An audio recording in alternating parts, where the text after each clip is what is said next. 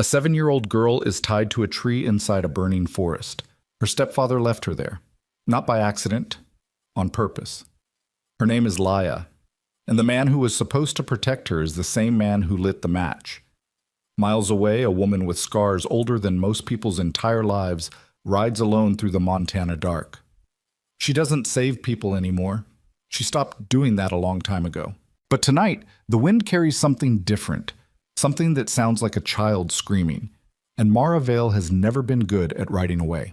If you've ever believed that the most dangerous protectors aren't the ones wearing badges, stay until the end. Hit that like button and drop your city in the comments. Let's see where you're watching from tonight. The fire had been burning for 40 minutes before anyone in Cutler Creek called it in. That was the first thing that would haunt Mara Vale later, in the sleepless hours after. Not the flames themselves, not the smoke that had turned the Montana sky the color of a bruise, but the 40 minutes. The fact that someone had driven past smoke rising above the tree line, had maybe slowed down, had maybe even rolled down a window and smelled the burning pine, and then had driven on. Because it wasn't their problem. Because the mountains did what the mountains did. Because in Cutler Creek, Montana, you kept your head down and your nose out of other people's business. And you had been doing it so long that the instinct had calcified into something that looked almost like wisdom. Mara didn't know any of that yet. She was 12 miles out on Route 9, headlight cutting a pale lane through the dark, the Harley's engine speaking in its low, familiar growl beneath her, the sound that had been the most constant thing in her life for the better part of 2 decades. The night was cold, in the way that Montana nights are cold in late October, which is to say that it was the kind of cold that doesn't negotiate. It came through the leather jacket, through the thermal layer underneath, found the old scar tissue along her left shoulder, and settled in there like a tenant who knew they couldn't be evicted. She'd stopped noticing it most nights. Tonight she noticed it. She had no destination. That was not unusual. She hadn't had a destination in going on 3 years, not since she'd packed everything she was willing to carry into 2 saddlebags and pointed the bike east out of Portland and let the road decide. The road had brought her through Oregon, through Idaho, up into Montana because the summer had been hot, and she'd wanted mountains and silence. Now it was nearly winter, and she was still here, working occasional cash shifts at a garage outside Billings, sleeping in the room above it that the owner, a quiet man named Dutch, had offered without being asked. She paid in labor. He didn't ask questions. It was the best arrangement she'd had in years. She wasn't running from anything specific. That was what she told herself. Running implied there was something close behind you, and Mara Vale was far enough from her past that she couldn't hear it breathing anymore. She was just moving. Moving was different. Moving was just what some people did when staying had cost them too much, too many times, and the accounting had finally come up empty. The smoke hit her before she saw the glow. It came from the northwest, riding the wind down through the pines, and it was thick enough that she registered it as wrong before her brain had finished processing what wrong meant. Not campfire. Not a controlled burn. Something bigger. Something with heat behind it, structural heat, the kind that came from volume and spread rather than a single-point source. She slowed the bike without thinking about it, left hand dropping to the throttle, right foot finding the brake with the muscle memory of someone who had been riding since she was 19 years old and had never fully trusted anything that didn't have a kill switch. She pulled onto the gravel shoulder and killed the engine. The silence wasn't silent. That was the thing about mountain forests at night. They breathed. Wind moving through pine boughs, the distant complaint of some bird disturbed from its roost, the low mechanical hum of her own engine cooling. But underneath all of it, underneath the ordinary sounds of a Montana night, she could hear it now. The fire. Not close enough to see yet, but close enough to hear.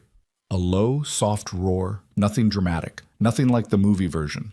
Just this steady, patient sound, like an enormous thing exhaling. She sat for a moment, her breath fogged in the cold air. She should call it in. She had a cell phone in her jacket pocket, and she should pull it out and dial the county fire line and give them her location and ride on. That was the correct sequence of events. That was what a person did. She had been many things in her life, some of them considerably worse than the things most people would admit to, and she had paid for most of those things in ways that hadn't involved courts or judges. But she was trying, in the blunt and effortless-looking way that actually cost everything, to be a different arrangement of the same woman. And different arrangements called 911 and rode on. She had the phone out of her pocket and was looking at the screen when she heard it. It was faint. The wind shifted, and for just a second the sound of the fire dropped half a register, and in that gap she heard it, high-pitched, thin, reedy, the unmistakable frequency of a child's voice at maximum distress.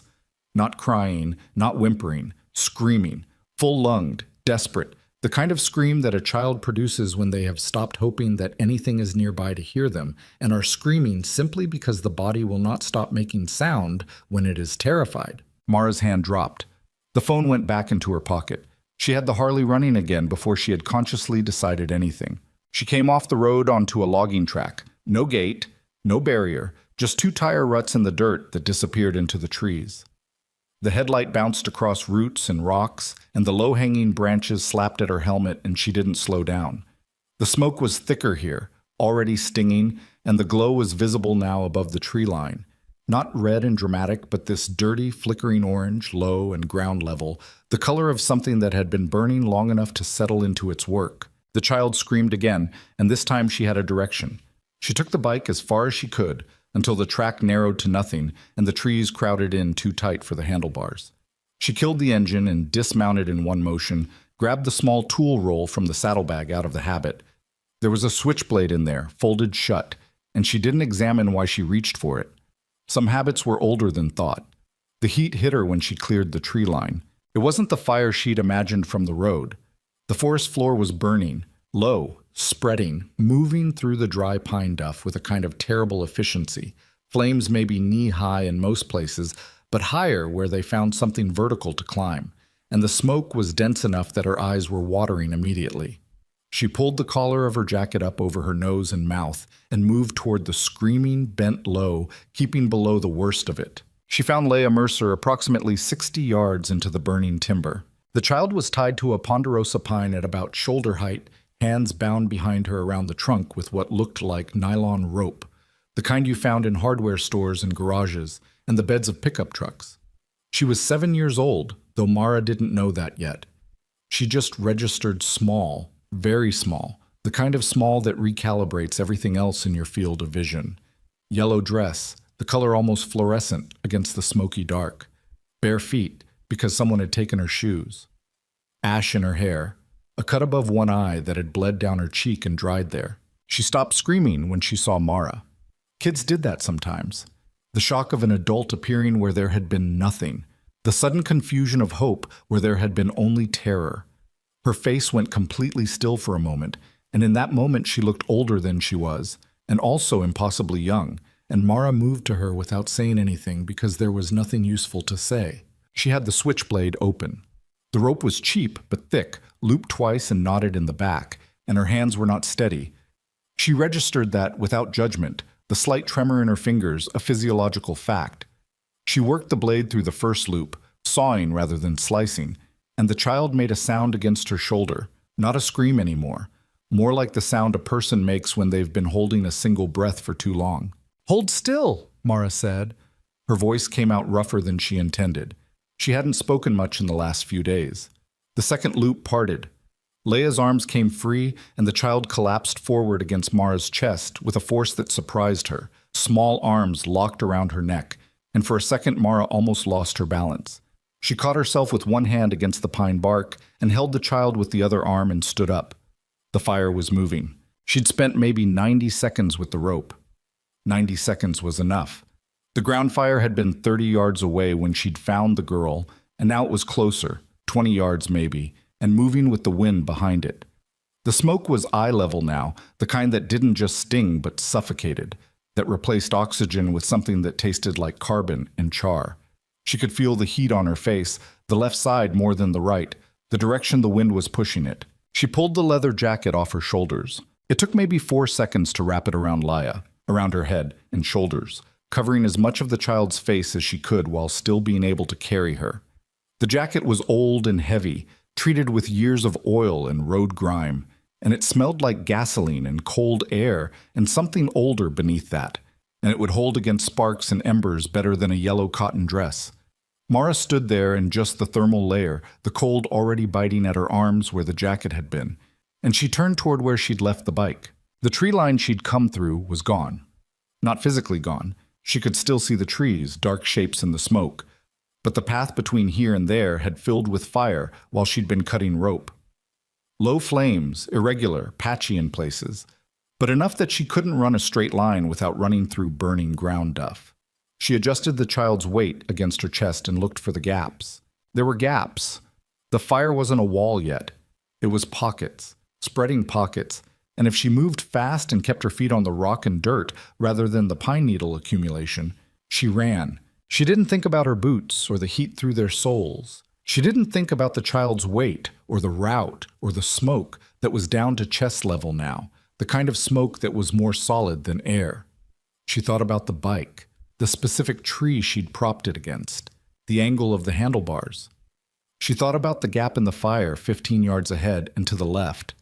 She thought about the switchblade she'd closed and dropped in her pocket without thinking, old muscle memory from years when you didn't leave tools behind. She cleared the burning ground in 6 strides, and the tree line was there, and the bike was there, exactly where she'd left it. Leia had not made a sound during any of this. She had her face buried against Mara's shoulder, and her grip on Mara's neck was the grip of something that intended to remain attached regardless of what happened next. The Harley started on the first try. It always started on the first try. That was the one reliable thing she'd built her nomadic life around, and right now she was grateful for it with the specificity she usually reserved for things that were about to fail. She got the child positioned across her lap. Not safe, not remotely safe by any measurable standard, the child sitting sideways against her with the jacket still wrapped around her and both of Mara's arms forming a cage around her. And she turned the bike around in the narrow track, and she accelerated away from the heat. The fire roared behind them as she hit the logging track. She heard it, the actual sound of the fire consuming the space she had just vacated, the combustion of it, the noise that fire makes when it finally gets what it was reaching for. It sounded like nothing she wanted to think about. She kept her eyes on the track ahead and her hands steady on the bars, and she didn't look back. They came out onto Route 9 40 seconds later, and the cold night air hit her like water. Leia was shaking. It wasn't just the cold. It was the whole body tremor of sustained adrenaline, the aftermath of pure terror, the thing that happens to small bodies when they've run every alarm they have at full volume for longer than they were designed to. Mara felt it through the leather jacket that was still wrapped around her, felt it like a transmission, and she eased the bike to a stop on the shoulder and sat for a moment. "You're out," she said. Her own voice sounded strange to her, flat and hoarse. "You're out of the fire. You understand me?" The child didn't answer. The shaking continued. Mara sat with that for a moment.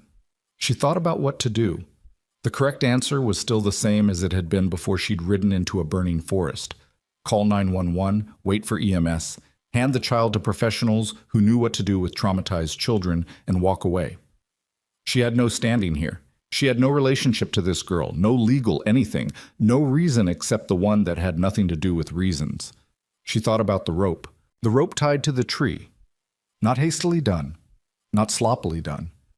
Deliberately tied, with the knot in the back where a child couldn't reach it, at the height that would leave small hands inaccessible to any reasonable attempt at self-rescue. The fire hadn't started naturally. October in Montana, there hadn't been any lightning, and the burn pattern she'd seen was linear rather than radial, spreading from a point rather than an ignition. Someone had started that fire. And someone had tied this child to a tree first. Those were 2 facts, and the space between them was not ambiguous. She took out her phone and called it in. The fire, the location, the direction of spread. She didn't mention the child. She looked down at the small, still shaking form against her chest, at the ash-gray face and the dried blood on the cheek, and the bare feet that were already white with cold, and she made a decision that she recognized, in some distant part of herself, as the first of several decisions that were going to cost her something. She found the nearest light by memory. There was a diner 3 miles east on Route 9. She'd stopped there twice before, passed it a dozen times. Ruth's place. Yellow neon sign, the R missing its leg so it looked almost like a P, open until 2 in the morning because the owner was an insomniac who had found a way to monetize it. Hot coffee and short-order food, and a corner booth where the light was bad enough that you could mostly disappear. She rode east with the fire behind her.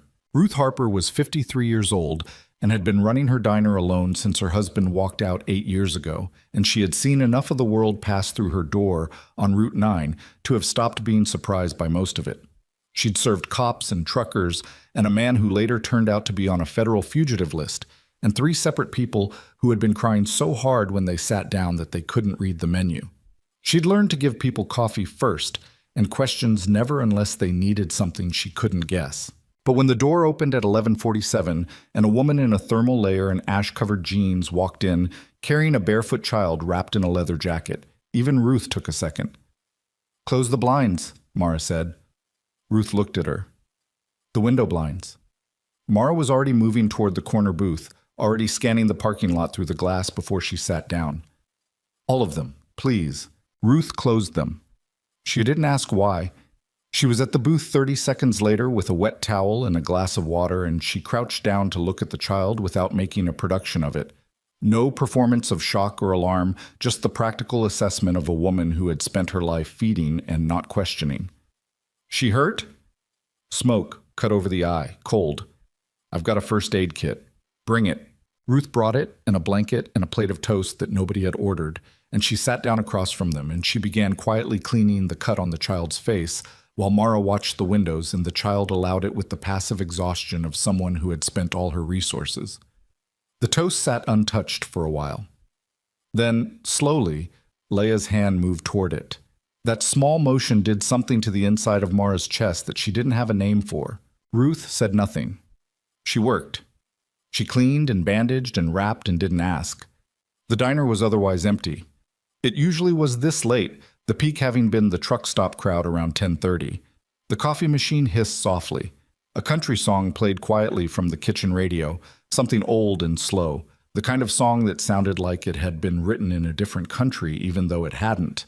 Outside in the dark of the parking lot, 2 vehicles sat, Ruth's truck and Mara's Harley. Mara kept looking at the parking lot. "What's your name?" Ruth asked the child. She said it in the tone of someone asking a very small favor. Nothing waited. The child looked at her for a long moment. Then, "Laia." "That's a pretty name, Laia. You warm enough?" A small nod. "You want hot chocolate? I've got the kind with the little marshmallows." Something shifted in the child's face. Not a smile, but the precursor to one. The place where a smile could eventually happen. She nodded again. Ruth went to make it, and Mara and the child were alone in the corner booth with the closed blinds and the old country song and the smell of coffee and fry oil and the specific stillness of late-night places where the rest of the world has temporarily ceased to apply. Laia looked at her. Her eyes were dark and very serious, set in a face that should have been round and soft with childhood, and instead looked like it had been carrying something heavy for longer than faces her age were built to carry. The cut over her eye was bandaged now. The ash was mostly off her hands. She was wrapped in the blanket with the leather jacket across her lap, and she looked, Mara thought, like something that had been through a fire. Because she had been. "He left me there," Laia said. Mara didn't answer. "He tied the rope and he lit the matches, and he left me there." Her voice was flat, not dramatic. The flatness of a child reporting a fact that has not yet fully converted itself into grief, that is still in the phase of being a fact. "He said nobody would find me." "He was wrong," Mara said. "He said it a lot, that nobody would believe me, that nobody would come." She looked down at the leather jacket in her lap. Her small fingers touched the collar. "He said if I told anyone about Mama, that he'd make sure nobody would ever find me." Mama. The word landed in the silence of the diner like a stone in still water, and the ring spread outward, and Mara felt the temperature of the whole situation change. "Where's your mother?" she asked. Laia was quiet for a long moment. Outside, the wind moved through the parking lot. The neon sign buzzed softly in its housing. Ruth came back with the hot chocolate, set it down, and read the room well enough to take herself to the far end of the counter and become very interested in restocking the sugar dispensers. "Mama went away," Laia said. "Victor said she ran off, that she didn't want us anymore." She paused. "But Mama wouldn't do that. She told me things. She hid things. She was scared, but she was trying to fix it." Her voice dropped. "I heard Victor on the phone. He was talking to someone, and he said Mama was gone. But he didn't say gone like she left. He said gone like she stopped. She didn't have the words, or the words existed, but she understood, at whatever level a 7-year-old understands these things, that saying them out loud would make them more real. Mara understood. Victor, she said. What's his last name? Rains. Victor Rains. The name moved through Mara's chest like a current of cold water. Not recognition, not immediate recognition, but something adjacent to it. The feeling of a name you've encountered in a context you've been trying to forget. She held it there for a second, held it still, let it be just a name until she could be somewhere quiet enough to follow it back to where she knew it from. She would remember in a minute. She didn't want to remember in front of the child. Okay, she said. You're safe right now, okay? You're in a warm place and no one knows you're here. You know I'm here, Laya said, and looked at her. And the look was not accusation, but it was something. A testing, a reading. The particular wariness of a child who has recently learned that proximity does not equal safety. I know you're here, Mara said, and I'm going to stay here. She said it before she decided to say it. It came out of somewhere below the level of conscious decision, below the careful architecture of detachment she had been building for 3 years, below the walls she'd constructed out of highway miles and cash jobs and rooms above garages.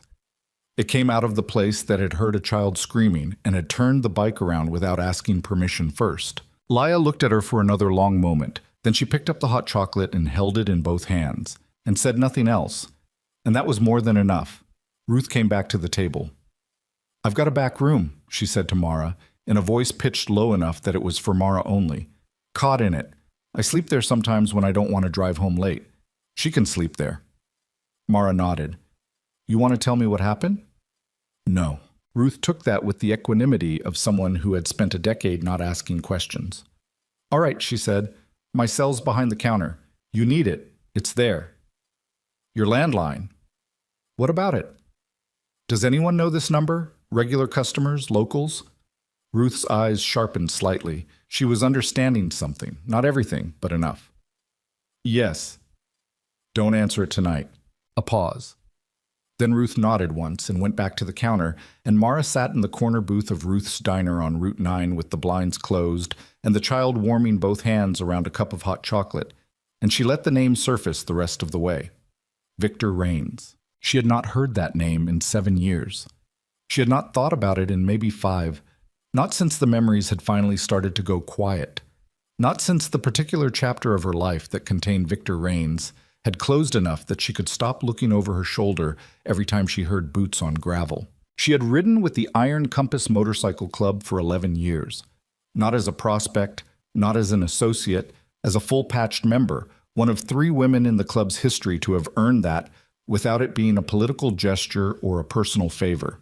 She had been many things inside that world. A courier, a negotiator, occasionally a very specific kind of problem solver in situations where the problem was a person who needed to understand something viscerally. She was not proud of all of it. She had paid for most of it in ways that hadn't involved court appearances. Victor Rains had come into the club's orbit 8 years ago through a business arrangement that the club's president, a man named Raymond Bear Calhoun, had later described as the worst decision he'd made in 20 years of leadership. Victor wasn't a biker. He was an adjacent thing, someone with money and connections and the specific charm of a man who had learned to mirror what other people wanted to see in him. He'd provided the club with legitimate business cover, some warehouse space, some paper trails that didn't lead anywhere problematic. In exchange, the club provided him with certain services that he didn't want to have to find elsewhere. Mara had met him 4 times. She had disliked him immediately and completely, with the precise, involuntary dislike that she'd learned over the years to treat as data, rather than judgment. There was something behind his eyes that didn't match the rest of his face. He talked about women in a way that was technically not offensive enough to call out, but that left a residue. He laughed at things that weren't funny and didn't laugh at things that were. He'd been exiled from the club's sphere 7 years ago. She didn't know all the details. She'd already been pulling away from the club by then, already in the long, quiet process of extracting herself from a life that had cost her too much in ways she was only beginning to understand. She'd heard fragments, something he'd done that crossed a line even by the Iron Compass's flexible standards. Bear had cut him off and made it known, in the way that such things were made known in that world, that the association was severed. She had assumed he'd disappeared into whatever dark water men like that disappeared into. She had assumed wrong. Leia's voice, flat and factual, he said gone like gone. Mara looked at the child, who had finished the hot chocolate and was now sitting with her eyes half closed, exhaustion finally overtaking adrenaline. She looked at the closed blinds.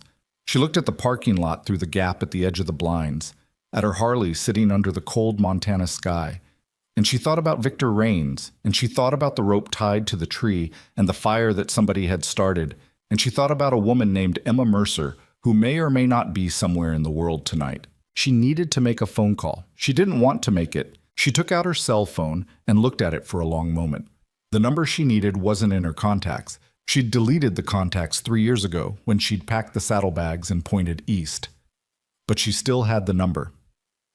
It was in the same category as her childhood memories of certain important addresses, the kind of information that lives in muscle memory rather than written record, that you can't delete because it was never stored anywhere you have access to. She went to the back of the diner, to the narrow hallway outside the bathroom, where the lighting was a single bulb and the noise from the road outside was muffled to near nothing, and she dialed. It rang 4 times, then, "Who's this?" The voice was exactly as she remembered it. Low, measured, the specific timbre of a man who had spent decades making his voice do exactly what he wanted it to do and nothing else. Raymond Calhoun. Bear. It's Mara Vale. A silence. Not a surprise silence. Or maybe it was, but Bear Calhoun's surprises sounded the same as his non-surprises, which was one of the things that had always made him effective and occasionally terrifying. "Haven't heard that name in a while," he said. "I need information." "Hello to you too." "Victor Rains," she said. "Where is he now? What is he doing?" Another silence. This one different, weighted differently, carrying something she couldn't see but could feel through the phone, the way you feel weather changing before you see it. "Where are you?" Bear said. "Montana. Route 9 outside Cutler Creek." "Are you safe?" The question surprised her. Not the content of it, but the speed of it, the way it came before anything else, before any of the obvious follow-up questions about why she was calling after 3 years of silence to ask about Victor Rains. "For now," she said. "Is there a child with you?" Mara's hand tightened on the phone. "Why would you ask that?" "Because Victor Rains has been looking for a child for 6 weeks, Bear said. "And because there's a bounty out for her and for the woman who has her. And because if you're calling me about Victor Rains tonight, then I think you probably already found her." The country music from the kitchen was barely audible from where she stood. The bulb above her head buzzed with the almost inaudible frequency of old fluorescent lights. She stood very still in the narrow hallway of Ruth's diner, and she thought about a child sleeping on a cot in a back room and a rope tied to a tree and a fire that someone had started before walking away. "Tell me everything," she said. Bear told her. He took 17 minutes.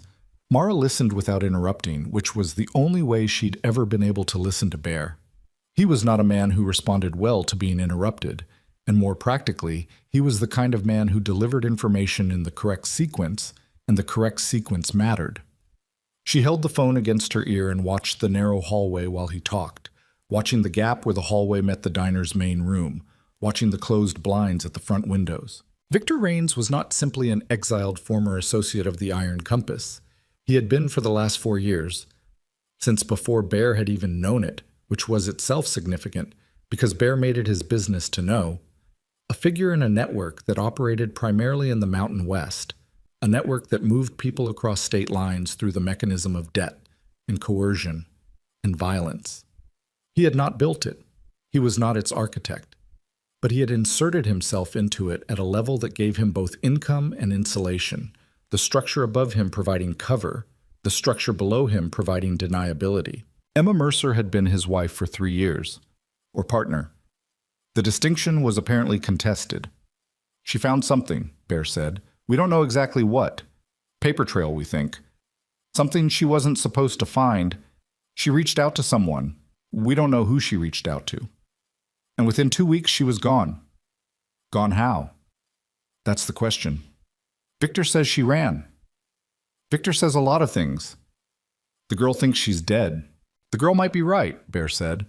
Or she might be somewhere that's worse than dead, which is also a thing that happens in this world.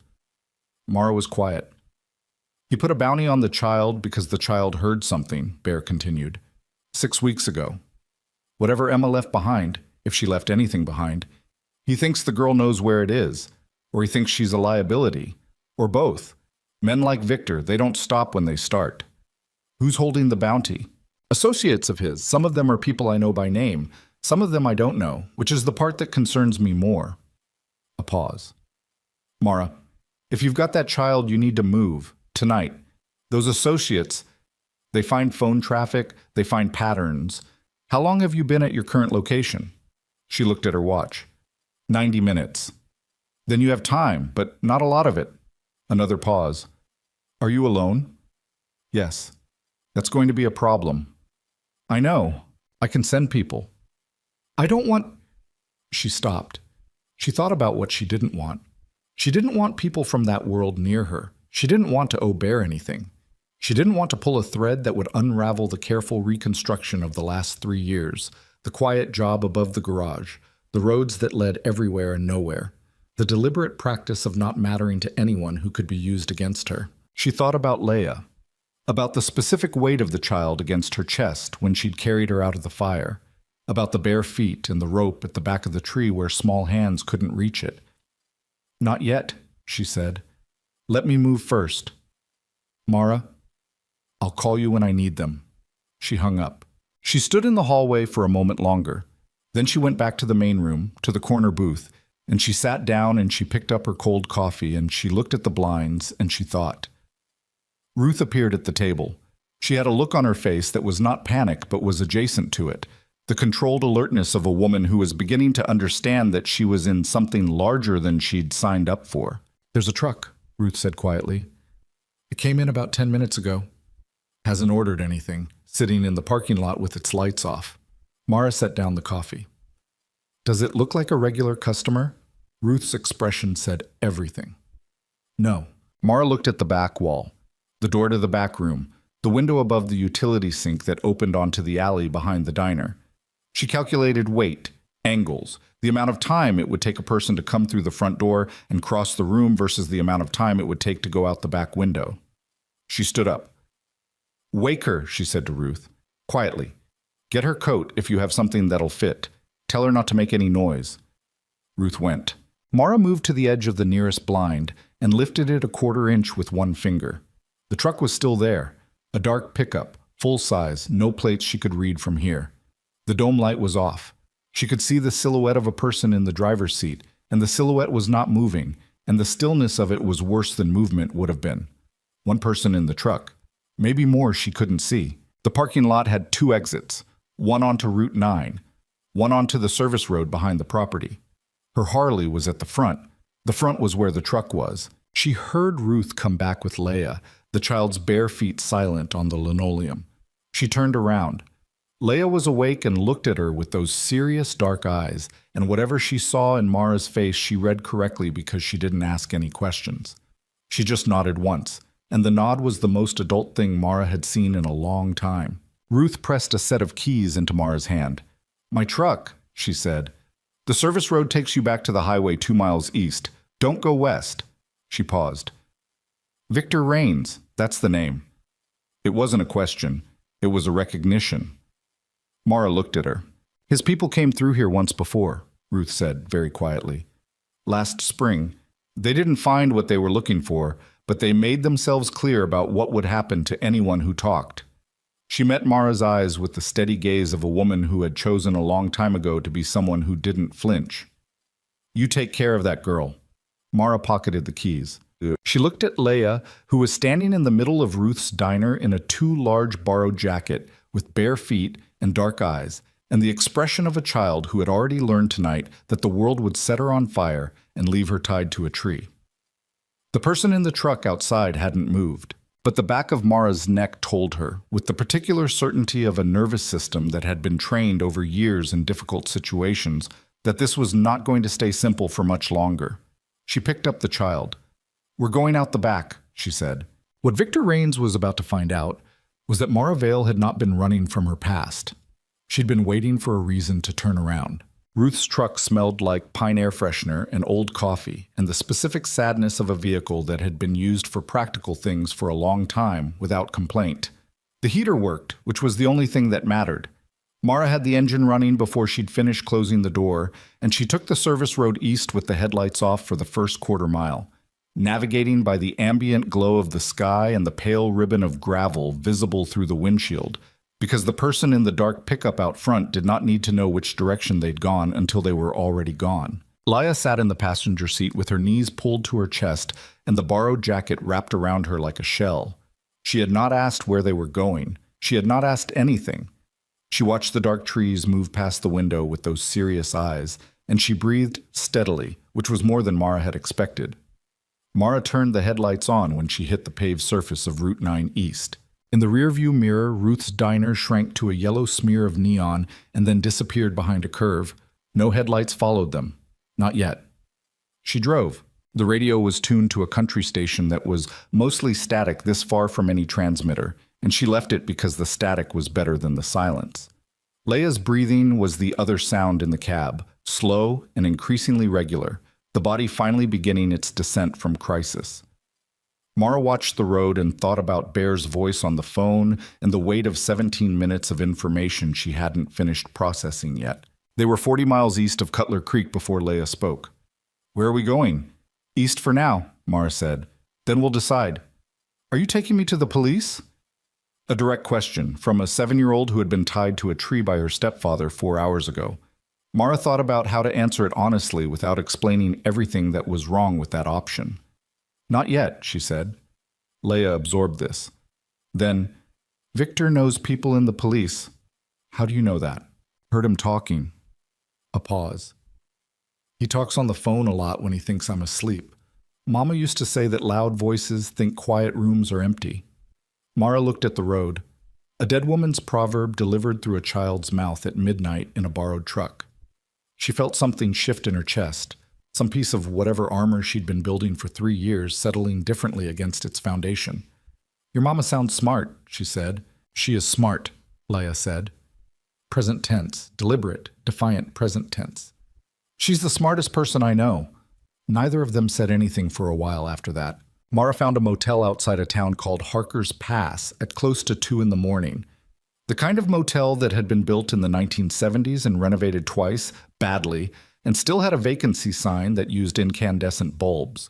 She paid cash at the window, gave a name that wasn't hers, took a room at the far end of the ground floor with a view of the parking lot and an emergency exit 20 feet from the door. She got Leia inside and onto one of the twin beds, and the child was asleep in minutes, fully clothed, on top of the covers, the borrowed jacket still on because Mara didn't want to wake her by removing it.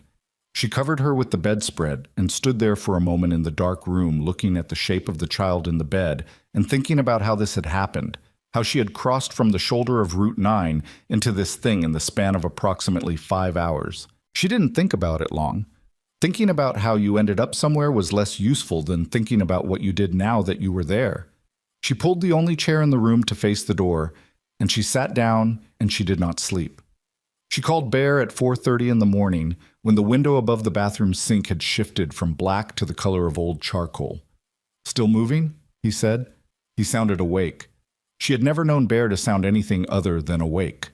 "Harker's Pass Motel, off Route 9 East." "How far from Cutler Creek?"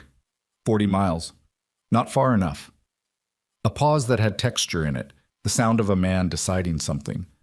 "I'm sending Creed." Mara's jaw tightened. "I said not yet. You said when you needed them. You need them now, Mara. You're alone on a highway with a child that has a bounty on her head, in a truck that belongs to a woman Victor's people are probably already interviewing, and you've been awake for—" He stopped. "How long have you been awake?" She didn't answer. "Creed knows this territory," Bear said. "He grew up in eastern Montana. He knows every road between Cutler Creek and the Wyoming border. He's been out of the life for 4 years, same as you. He's clean." "Nobody's clean." "Then he's cleaner than the alternative. He'll find you by morning." Another pause. "I'm not asking your permission, Mara. I'm telling you what I'm doing because you're owed that much.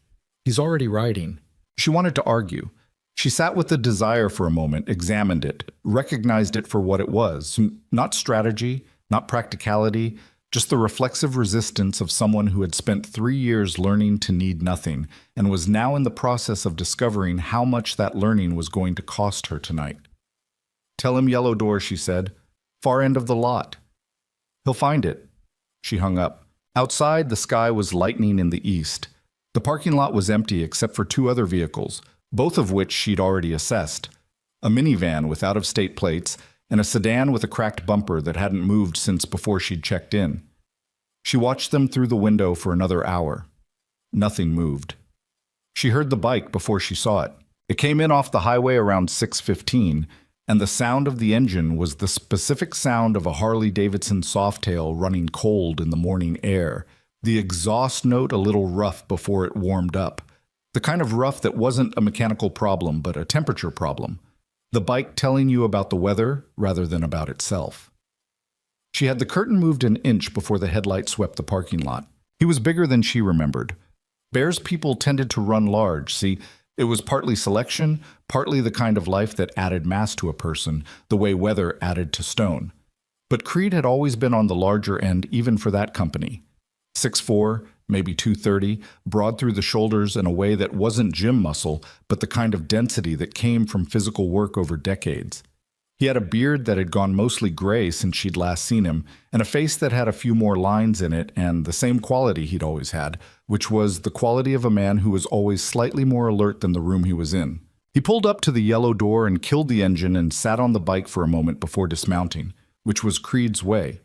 He didn't move until he'd looked at everything worth looking at. She knew because she'd ridden with him for 3 years. Knew his habits the way you knew the habits of people who had been in difficult situations with you, the kind of knowing that had nothing to do with affection and everything to do with survival. She didn't know how she felt about seeing him. She opened the door before he knocked. He looked at her. She looked at him. The morning was cold and gray, and the parking lot smelled like exhaust and frost.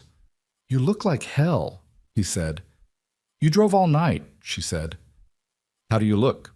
He almost smiled, almost. "Bear send you my regards?" "Bear sent you." "Same thing." He looked past her into the room, at the child-shaped lump under the bedspread. "That her?" "Yes." "She hurt?"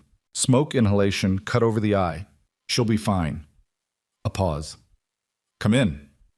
He came in and she closed the door, and they stood in the narrow space between the beds and the dresser, the room too small for both of them without an awareness of it, and she looked at him properly for the first time in 3 years, and he looked back at her with the particular steadiness that had always been his default state. 3 years, he said. 4, almost. "You didn't call." "I didn't call anyone." "I know." He looked at the child again. Something moved behind his eyes, not sentimentality, not the performed softness that people put on around children. Something older and quieter. "Bear told me about the fire." "Bear knows more than I told him." "Bear always knows more." He moved to the window, did the same assessment she'd been doing all night, parking lot, sight lines, exit routes. "What do you know about Victor Rains?" "What Bear told me, what the girl told me." "The girl tell you about her mother?" "She thinks her mother might be dead." Creed turned from the window. "She's not." The room was very quiet for a moment. The heater clicked softly. In the bed, Leia stirred but didn't wake. "How do you know that?" Mara said. "Because 3 weeks ago, a woman named Emma Mercer made contact with a man named Daley Worth, who runs a safe house network out of eastern Idaho. She was alive and injured and carrying a copy drive with enough financial documentation on Victor's network to take down 12 people above him and 37 people below him. She gave Daley the drive, and she told him she needed time to get back to her daughter." He paused. "She didn't make it back. Victor's people found Daley's operation. We don't know if Emma got out." Mara stared at him. "You've been tracking this," she said. "Bear has." "Why?" Creed's expression shifted minimally. Not evasion, but the face of a man preparing to say something he'd been sitting with. Because when Victor was exiled from the club's orbit, he didn't just disappear. He made statements to specific people about what he intended to do to the people he blamed for his exile. A beat. "You were on that list, Mara. You were first on it." The heater clicked again. Outside, a truck passed on the highway. Doppler shifting from high to low and gone. "You should have told me," she said. "You weren't reachable. You should have found a way." His jaw set. "I know." They stood in the small room with that between them, the specific weight of it. 3 years of her believing she'd walked away clean from something that had apparently been following her at a distance the entire time, like a shadow that lengthened as the light changed but didn't disappear. "The copy drive," she said. "If Emma gave it to Daly, and Daly's operation got hit, the drive might be gone, or Victor might have it, or it might still be in play somewhere." He looked at the child. "But Victor doesn't know which, and he thinks the girl knows something. That's why the bounty isn't just about eliminating a liability. He thinks she's a key." Leia's voice came from the bed. "She hid things." Both of them turned. The child was awake, lying on her back, staring at the water-stained ceiling. Her voice was calm and clear in the way that voices were sometimes calm after the body had finally been allowed to sleep. "Mama hid things," Leia said again. She turned her head and looked at them both with those dark, serious eyes. "She told me, before she went away. She said if something ever happened to her, she left things for me, things that would explain everything. She said I'd know where to find them because she showed me the secret." Mara sat down slowly on the edge of the other bed. "What secret?" she said. Leia sat up. She reached inside the collar of her borrowed jacket and pulled out a chain, thin, silver, the kind you found in jewelry stores that catered to children, cheap but carefully chosen. On the end of it was a locket, small and oval-shaped, stamped with a simple flower on the cover. "She gave me this the last time I saw her," Leia said. "She said if I ever needed to find her, I should follow the hidden light. And she made me say it back 3 times until I had it. Follow the hidden light." Mara looked at Creed. He was looking at the locket. "May I see it?" Mara said. Leia handed it over without hesitation. And the trust in that gesture, the simple extension of the chain across the space between them, the absolute lack of calculation in it, hit Mara somewhere below the sternum. The locket opened with a thumbnail. Inside, a small photograph on one side, a woman and a child. The woman dark-haired and luminous and clearly Leia's mother, the child unmistakably Leia, both of them laughing at something off-frame. On the other side, scratched into the metal itself with something sharp, a series of marks. Not letters, not numbers, something that looked almost like a map or a diagram or a series of reference points reduced to their essential lines. "What does this mean?" Creed said, looking over her shoulder.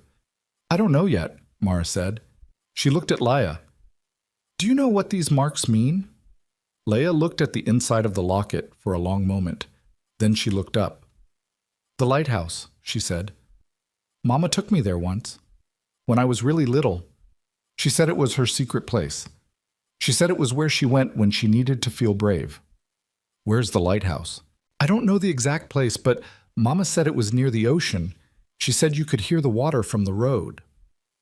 Oregon coast. The phrase surfaced in Mara's mind with the specificity of something she'd heard before in a relevant context. She looked at Creed. He nodded slowly. "There are abandoned light stations on the Oregon coast.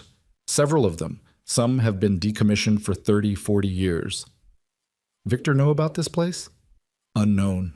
If Emma sent the copy drive with Daly, and if there's a backup, it would be at the lighthouse," Creed said. "If Emma was smart enough to hide the primary with Daly and keep a backup in a place only her daughter could find." He paused. "She was smart enough. From what we know about her, she was very smart." Mara looked at the map scratched into the silver of the locket. She looked at the woman in the photograph, laughing, alive. She thought about present tense. "She is smart. She is the smartest person I know." She handed the locket back to Leia. "Keep this safe," she said. "Don't take it off." Leia put the chain back around her neck. Outside, in the growing morning, the highway was filling with the early traffic of people who had no idea what was happening in a motel room at the edge of Harker's Pass, Montana. Truckers, commuters, people driving to jobs and grocery stores and school drop-offs. The entire ordinary machinery of a world that moved forward without requiring any of its participants to know what was happening 3 feet off the road. Mara stood up. She needed coffee and a map and a conversation she didn't want to have, and she was going to have all 3. "I need to call Bear," she said. He'll want to send more people, Creed said. I know. You're going to fight him on it. I'm going to think about whether to fight him on it, she said. There's a difference. Creed's expression said he found the distinction marginal. He didn't say so out loud, which was one of the things she had always appreciated about him, and also, occasionally, one of the things that made him difficult. He had a way of communicating disagreement through the specific quality of his silence that was harder to dismiss than argument would have been. She stepped outside with the phone. The morning was sharp, the sky the color of old pewter, the parking lot surface glazed with a thin film of frost that hadn't melted yet. Her breath fogged. She dialed Bear's number and listened to the single ring before he picked up. She's alive, she said. Emma Mercer is alive, or was alive 3 weeks ago. She made contact with a man named Daley Worth in eastern Idaho. Gave him a copy drive. Did you know this? A pause. We knew about Daley's network being hit. We didn't know what was on the drive. The child has a locket. Her mother left her a map, rough, etched into the metal. There's an abandoned lighthouse on the Oregon coast that Emma used. Mara thinks there's a backup copy of whatever documentation Emma collected. The primary might be compromised. She stopped herself. Creed told me about the list, Victor's list, that I was on it. Silence on Bear's end. You should have found a way to tell me, she said. 3 years, Bear. You were gone, Bear said. You made it clear you were gone. I wasn't going to reach into your new life with that kind of information. And what? Give me the option of deciding for myself? Her voice was level, but there was something underneath it that wasn't level. Something that had been building since 4:30 in the morning when she'd sat in a motel chair listening to a child sleep and beginning to understand the shape of what she'd walked into. I've been riding alone for 3 years thinking I was free and clear, and you knew the whole time that I had a target on me. I was handling it. Were you? Another silence. Then, quietly, no, not well enough. She stood in the cold parking lot and let out a slow breath. The frost on the asphalt glittered faintly in the morning light, catching it and giving it back in small cold points. She thought about 11 years of writing for the Iron Compass, about Bear's voice, always measured, always 3 steps ahead of the room, about all the things that had been handled and all the things that had slipped through the handling. We're going to Oregon, she said. There are people between Montana and Oregon who are looking for that child. Victor's people moved fast after the fire. A pause. There were 2 men at Ruth Harper's diner by 3 this morning. She's all right. She told them nothing. But her truck is burned now as a lead because they'll know she helped you. Ruth. Mara thought about the woman closing blinds without asking why. You take care of that girl. We need a different route, Mara said. Creed knows the routes, Bear said. Let him help you. He's already helping. There are others I want to send. Not yet. She looked at the yellow door at the far end of the motel. We move today. If we need more people, I'll call before we hit the Idaho border. Mara. Bear's voice shifted fractionally, became something slightly different.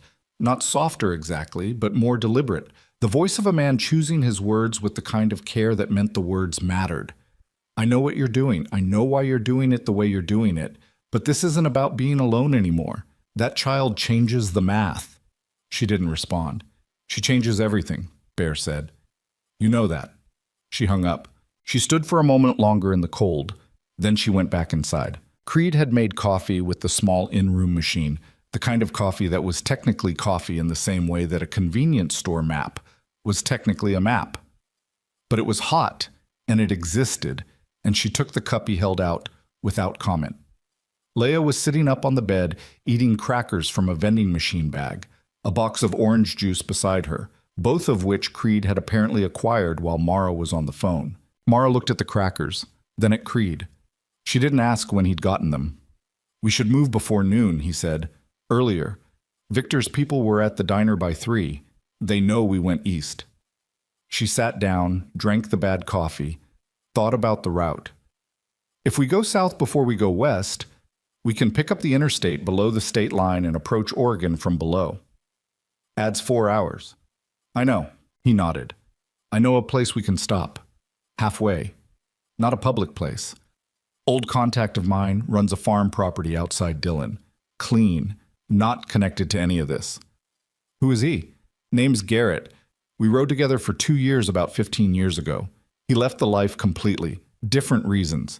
He doesn't owe me anything, but he'll help." Mara looked at him. Creed met her eyes without deflection, and she read him the way she'd always been able to read him, which was the way you read people you'd been in tight situations with.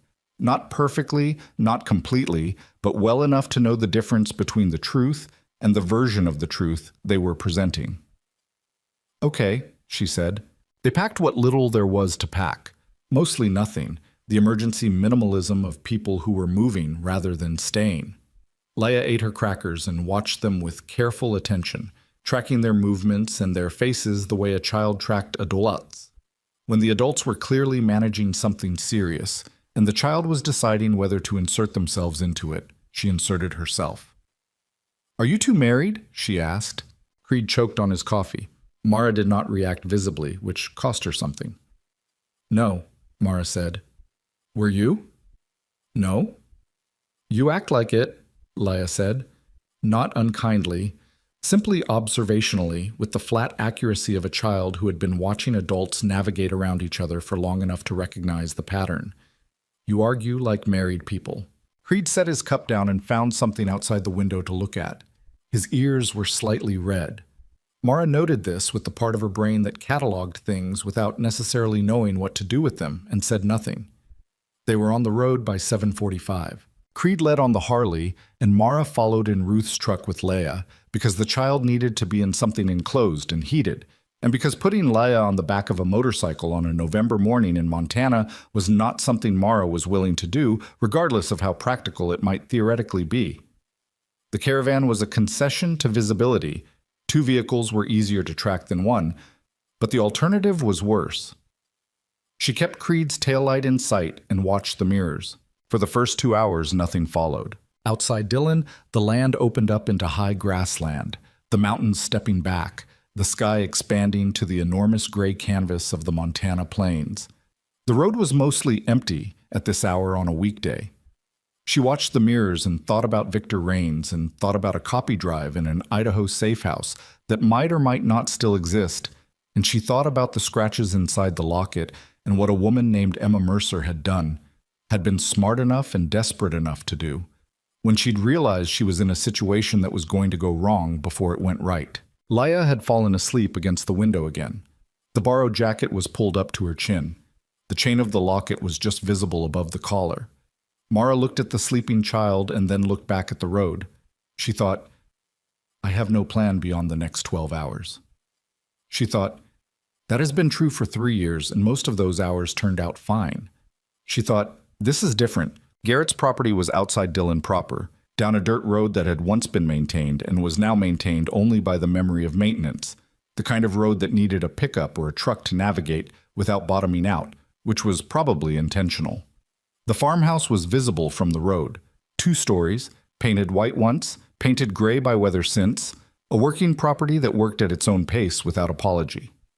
Smoke came from the chimney. 2 dogs that were part shepherd and part something more interesting came to investigate as Mara pulled in behind Creed. The man who came to the door was in his mid-50s, stocky, with the kind of hands that spoke to decades of outdoor physical labor, enlarged knuckles, calloused palms. The particular build of a man who had been strong for a long time and intended to continue. He had a full beard shot through with gray and eyes that were the specific shade of pale blue that sometimes read as cold from a distance and weren't, up close, anything like cold. He looked at Creed. "You look old," Garrett said. "You look older," Creed said.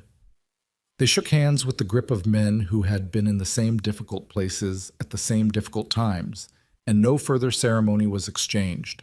Garrett looked at Mara and then at the child standing beside Mara's leg, and something crossed his face, not surprise, but the recognition of a situation, the specific acknowledgement of what was actually happening here. "Come in," he said. "I've got food." The inside of the farmhouse was warm and smelled like coffee and wood smoke and hay tracked in from outside, and there was a dog asleep in front of the fireplace that was not part shepherd and part something more interesting, but was instead entirely large and brown and disinclined to move for guests. Leia looked at the dog. The dog opened one eye and looked at Leia. Leia crossed the room and sat down next to the dog. Garrett watched this. He said nothing. He went to the kitchen and came back with plates of eggs and toast and more coffee. And the three adults sat around the table, and Leia sat against the fireplace with the large brown dog, and the domestic machinery of the farmhouse moved around them like weather, unhurried and indifferent to the weight they'd brought through the door. "Bear called," Garrett said, after they'd eaten. He addressed this to the middle of the table, to no one in particular, which was a technique Mara recognized, giving everyone the same amount of warning, giving no one the chance to feel blindsided. Creed looked at Mara. Mara looked at Garrett. "When?" she said. "Hour ago. Said you'd be coming. Said you'd be resistant to what I was about to tell you." "Tell me anyway." Garrett set down his coffee cup. He folded his hands on the table in the way of a man who had sat at enough tables with enough complicated conversations to know that the posture of it mattered. "Two of Victor's men are 40 miles behind you," he said. "They picked up the truck description from a gas station camera outside Harker's Pass. They lost you south of Dillon, but they're working the roads." A pause. "And there are two more that Bear's people located in Portland. He thinks they're staging to cover the Oregon approaches. Victor knows you're heading west." Mara said nothing. "He doesn't know about the lighthouse specifically," Garrett continued, "but he knows the coast, apparently. Emma grew up there. He's covering it as a possibility." He looked at her steadily. "Bear wants to send 4 more riders, people he trusts, to run interference between here and the Oregon border and to cover the coast approach." "Interference," Mara said. That's the word he used. Creed was watching her. She could feel it without looking at him. That quality of his attention, the specific texture of it when he was reading her rather than just looking at her. "If Bear sends 4 riders and they run interference with Victor's people," she said, "then this stops being a quiet extraction and becomes a visible conflict." "It's already a visible conflict," Garrett said. "Victor made it that when he tied a child to a tree. Bear sending people is an iron compass action," she said. "Even if the riders are technically out, that becomes a statement about the club. That becomes retaliation. Victor will escalate."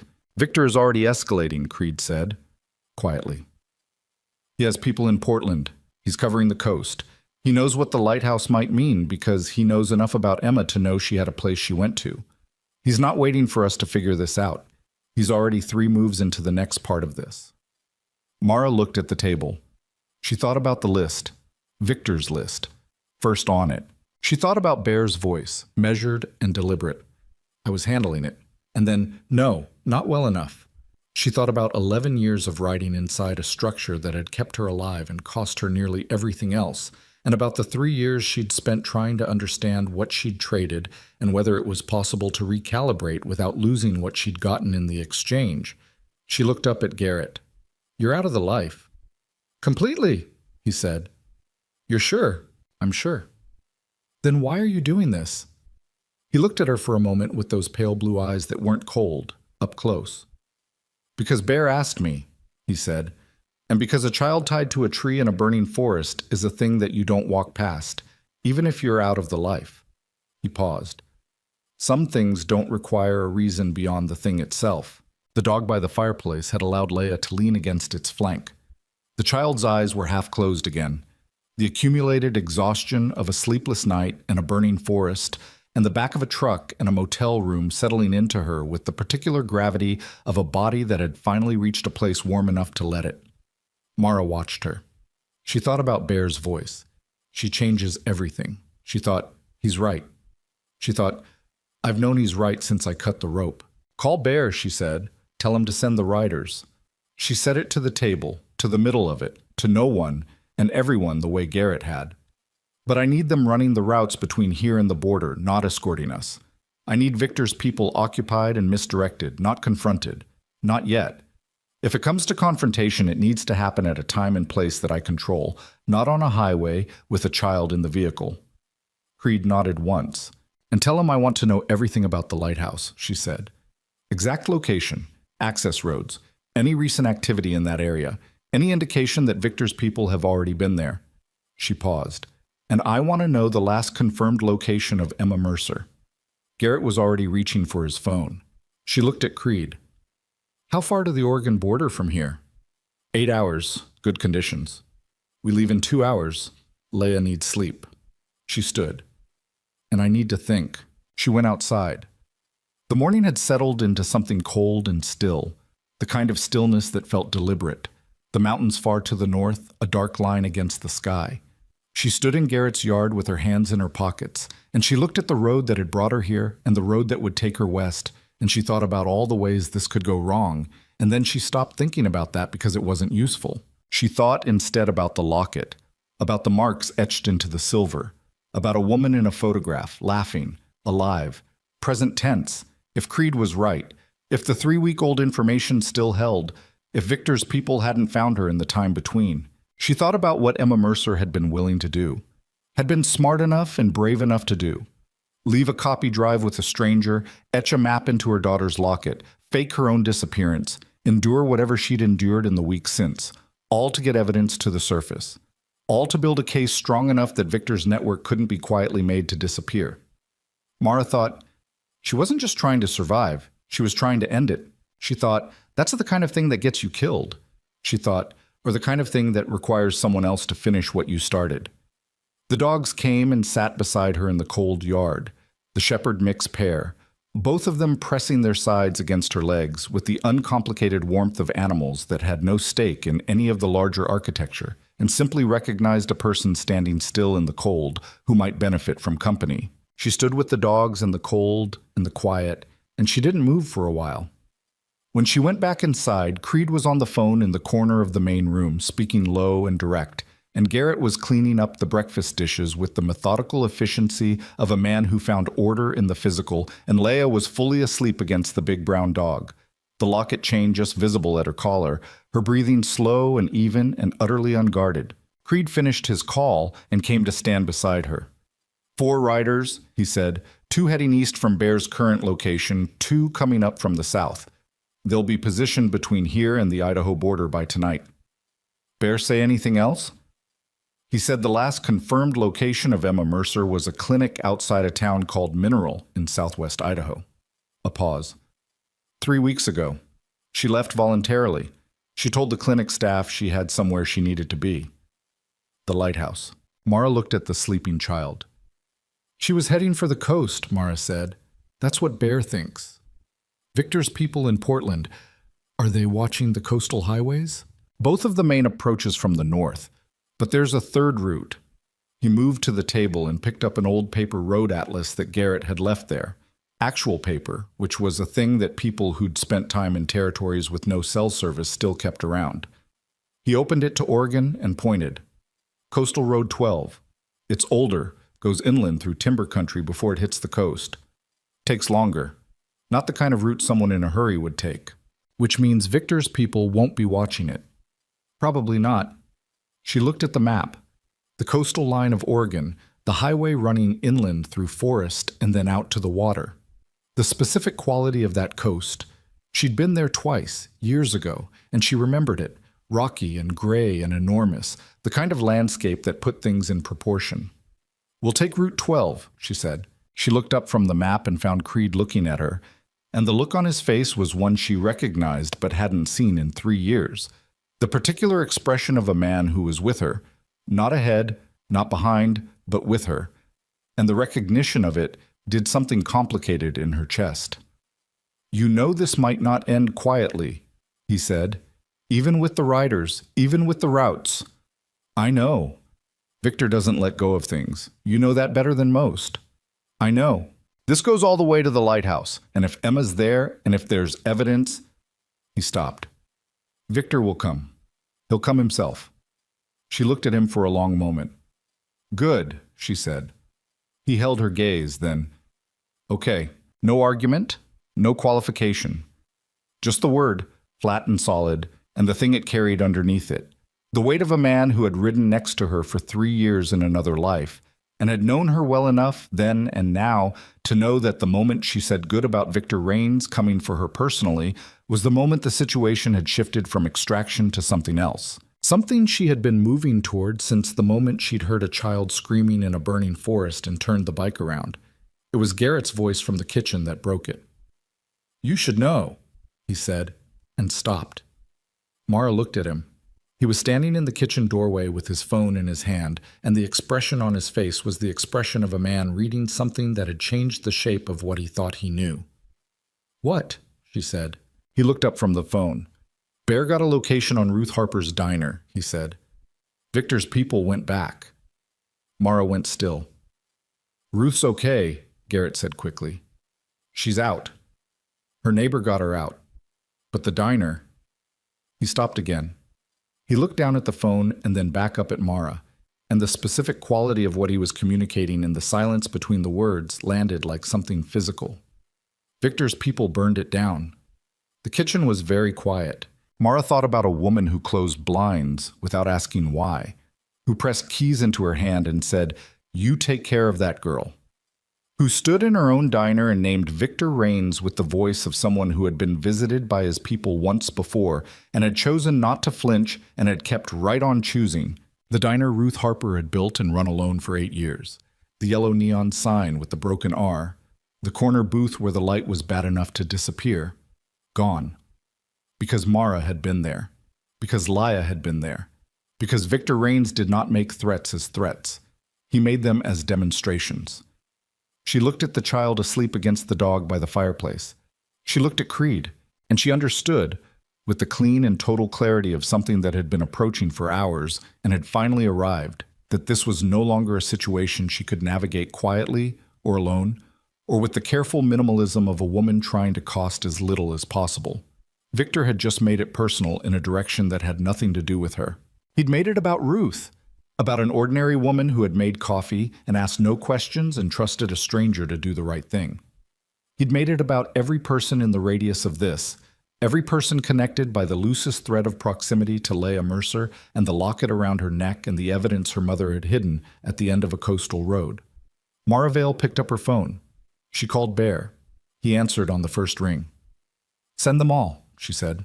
They left Garrett's farm at 9:40 in the morning under a sky the color of old pewter, low and moving, the kind of sky that wasn't deciding between snow and rain, but had simply committed to both. Mara drove. Creed rode ahead. Leah sat in the passenger seat with the locket held in her closed fist rather than around her neck, the way a person held something they were afraid of losing. Not worn, but gripped, the chain looped through her fingers. She hadn't said anything since waking. She'd eaten half a piece of toast at Garrett's table, had let Garrett's wife, a quiet woman named Sarah, who had appeared from somewhere in the back of the house and had not asked a single question, wash her face and find her a pair of socks that were 3 sizes too large and fold them down at the ankles so they'd stay on. Small kindnesses, the kind that didn't announce themselves. They were 2 hours into the drive, somewhere in the empty corridor between Dillon and the Idaho border, when Creed's brake light flashed 3 times in quick succession. Not a mechanical problem, a signal. They'd developed it years ago. 3 flashes meant pull off. Now, no discussion. Mara pulled off. The shoulder was gravel and sparse brown grass. The highway empty in both directions. Nothing visible for miles except the road and the land and the enormous gray sky pressing down on all of it. Creed had already killed the Harley and was standing beside it with his phone to his ear by the time she rolled to a stop behind him. His back was to her. His shoulders were set in a way she recognized. She told Leah to stay in the truck. She got out. The cold hit immediately. Not the casual cold of morning, but the serious cold of a front moving through, wind carrying temperature from somewhere north and not apologizing for it. She crossed to Creed and stood beside him and waited. He was listening, not talking, and the listening went on for 45 seconds, which was long enough that she started reading his body language instead.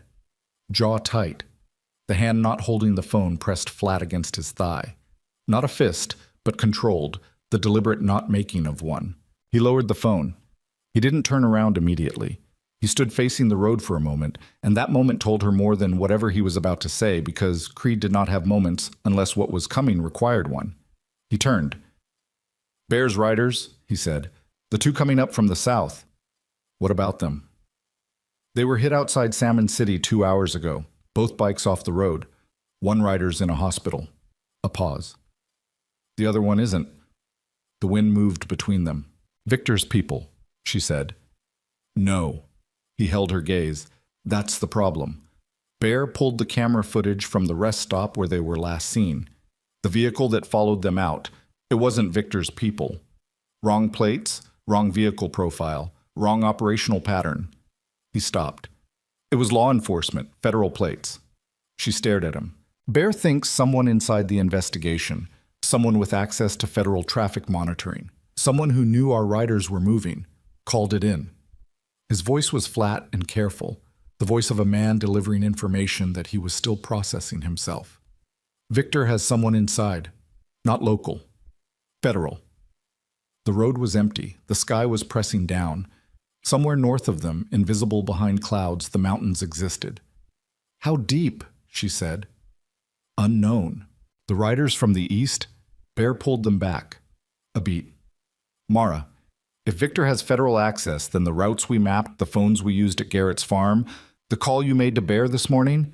She was already moving back to the truck. She pulled open the driver's door, reached under the dashboard, disconnected the GPS transponder that Ruth's truck might or might not have had. She'd checked for it earlier and hadn't found one, but now she looked again, properly, running her hand along the underside of the dash, behind the rear view column, under the seat. Nothing. She got out and stood in the cold wind and looked at her own cell phone. She turned it off. She looked at Creed. He was already holding his phone over the ditch at the roadside. He looked at her once. She nodded. He dropped it. They looked at each other. The lighthouse, she said. If Victor has federal access, he can pull traffic cameras on every coastal approach. Route 12 isn't covered. You said it yourself. I said probably not. He held her gaze. That was before I knew about the federal component. She thought about the locket in Laya's fist, about Emma Mercer scratching a map into silver with something sharp in a moment when she'd understood that the official channels were not available to her. Not paranoia.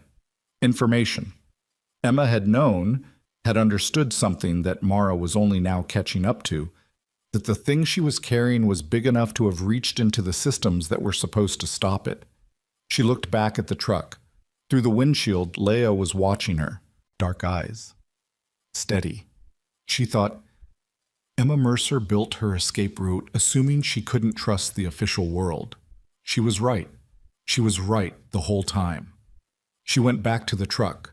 She opened the passenger door and crouched down to eye level with Leia, the cold wind pushing at her back. The locket, she said.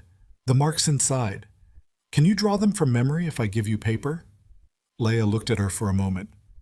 Yes, she said. I've looked at them a lot. I need you to do that, right now. She turned to Creed.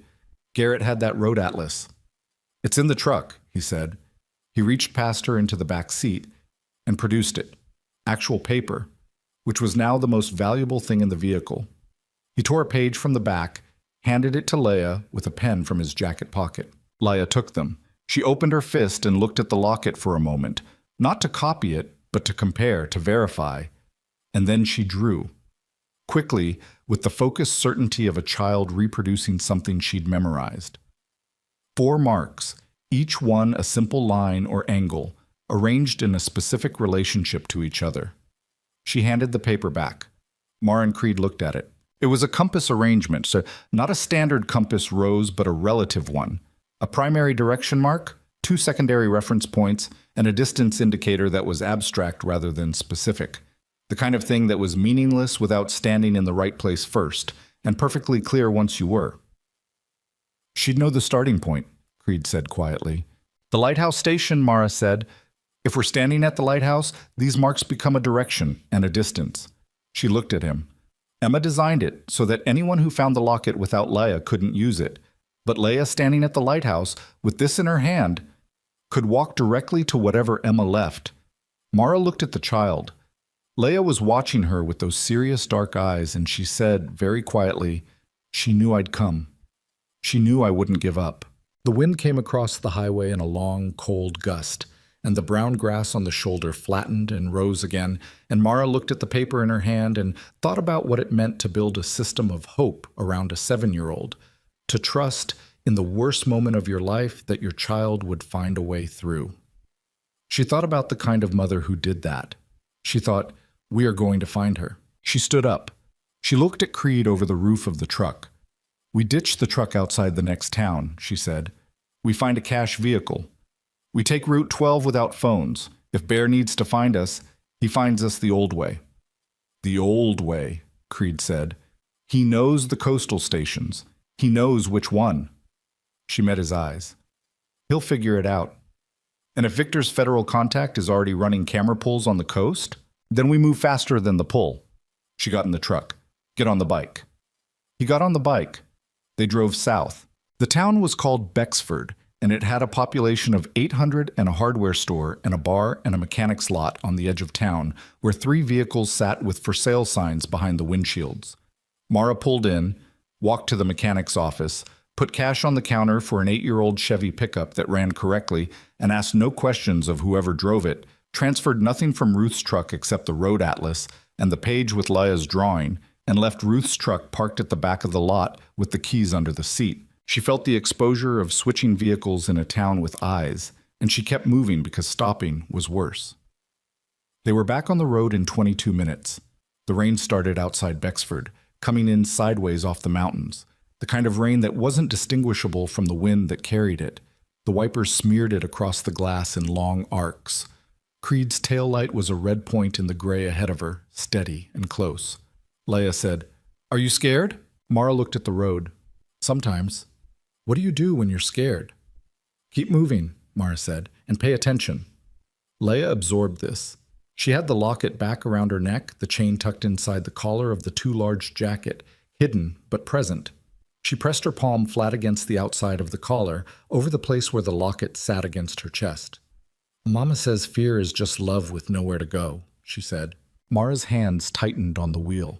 She didn't say anything. She looked at the road and the rain and Creed's taillight in the gray ahead, and she felt the truth of the sentence land in her chest and stay there, undefended, because she was too tired and too cold and too far down this road to keep it out. They were 40 minutes from the Idaho border when the Chevy's radio, which she hadn't turned on, which was running on a residual signal from a previous station, crackled once and produced, for just a moment, a voice. She caught 2 words before the signal died. "Mercer woman." She reached for the dial. Nothing. Static. The signal was gone. But those 2 words. She looked at the rain on the windshield and she thought about the federal component and the burned diner and the riders off the road in Salmon City and the compass marks on the torn page in the road, Atlas on the seat beside her. And she thought about all the systems that were supposed to protect people and all the ways they had failed the specific people in this specific truck on this specific road. And then she thought about what Bear had said 3 years ago, and the last real conversation they'd had before she'd packed the saddlebags and ridden east. He'd said, "The thing about the life, Mara, is that it never actually lets you leave. It just lets you think you have." She'd been angry about it then. She understood it now in a way she hadn't wanted to. The Idaho border sign passed in the rain and disappeared behind them, and the road went on into the gray, and somewhere ahead of her through the mountains and the timber country and the long inland approach, the Oregon coast waited with its gray water and its rocky shore and an abandoned lighthouse where a woman had hidden the evidence that could end the thing that was chasing all of them.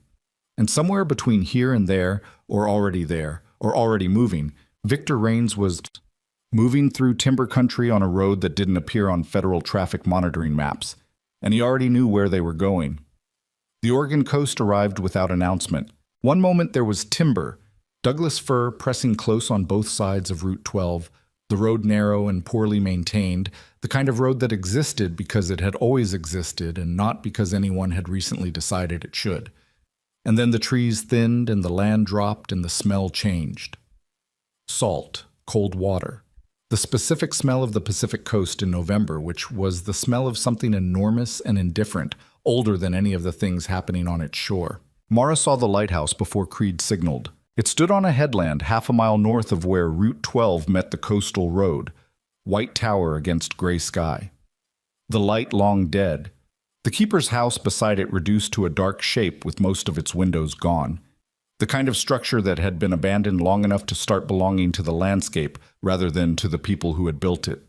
A chain-link fence surrounded the property, padlocked, with warning and no trespassing signs that the weather had been working on for years. Creed pulled off the road into a gravel turnout and killed the Harley. Mara stopped behind him. The coast was loud. That was the thing she hadn't fully anticipated. The noise of it, the constant low roar of the Pacific against the rocks below the headland. A sound that wasn't dramatic up close, but that saturated everything, that got underneath other sounds and made them harder to parse.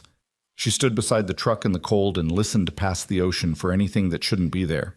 Creed was beside her. He said nothing. He was doing the same thing. The parking area was empty. The access road to the lighthouse was gated. No fresh tire tracks that she could see, but the gravel was wet and the rain had been working on any tracks for hours.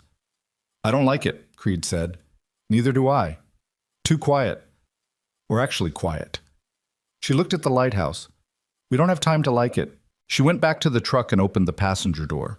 Leia was already sitting forward, the locket out and in her hand, the paper with her drawing pressed open across her knees.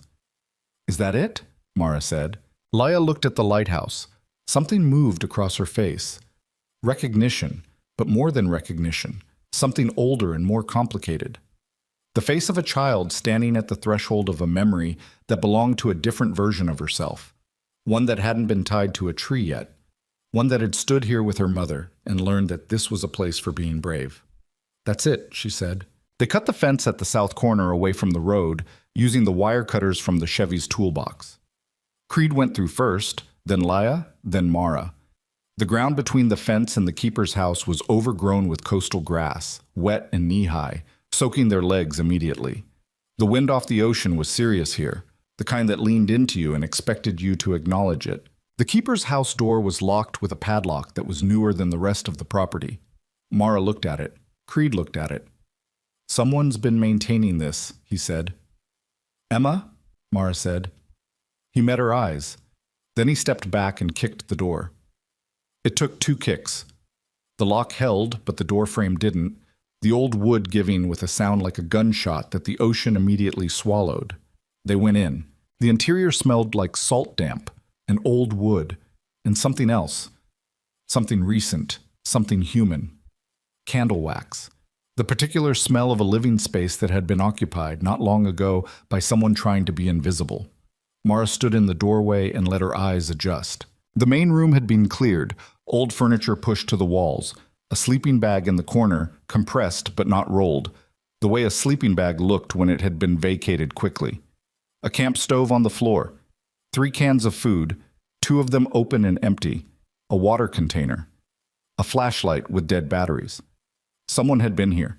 Leia was already moving toward the far wall. She wasn't looking at the living evidence. She was looking at the floor. Specifically at a section of floorboard near the north corner, beneath where the window would have looked out over the ocean if the window had still had glass. She crouched down. Her small fingers found the edge of a board and pulled. It came up cleanly. No nails. It had been prepared. Underneath, a metal box, the kind sold at hardware stores for waterproof document storage. The latch closed but not locked. Leia looked up at Mara. Mara crossed the room and knelt beside her and opened the box. Inside, a hard drive. A folded document, handwritten, several pages. A second folded document that was printed, dense with text and numbers. And a photograph face down. Mara reached for the photograph. She turned it over. It was Emma Mercer, recognizable from the locket, but not laughing this time. Standing inside what looked like this room, the same room, thin and exhausted and with the particular look of someone who had been running on will alone for weeks. She was holding a handwritten sign against her chest, and on the sign she had written a date, 3 days ago, and 3 words beneath it, "Still here, waiting." The room went very still despite the ocean outside. "She was here 3 days ago," Creed said. "She's still here," Mara said. "Or was. She's been waiting for Leia." She looked around the room, the sleeping bag, the empty cans, the dead flashlight. Something moved her. Or someone found her. The word landed. Leia had gone completely still beside her, the metal box open in front of her, the photograph in Mara's hand. She was not looking at the photograph.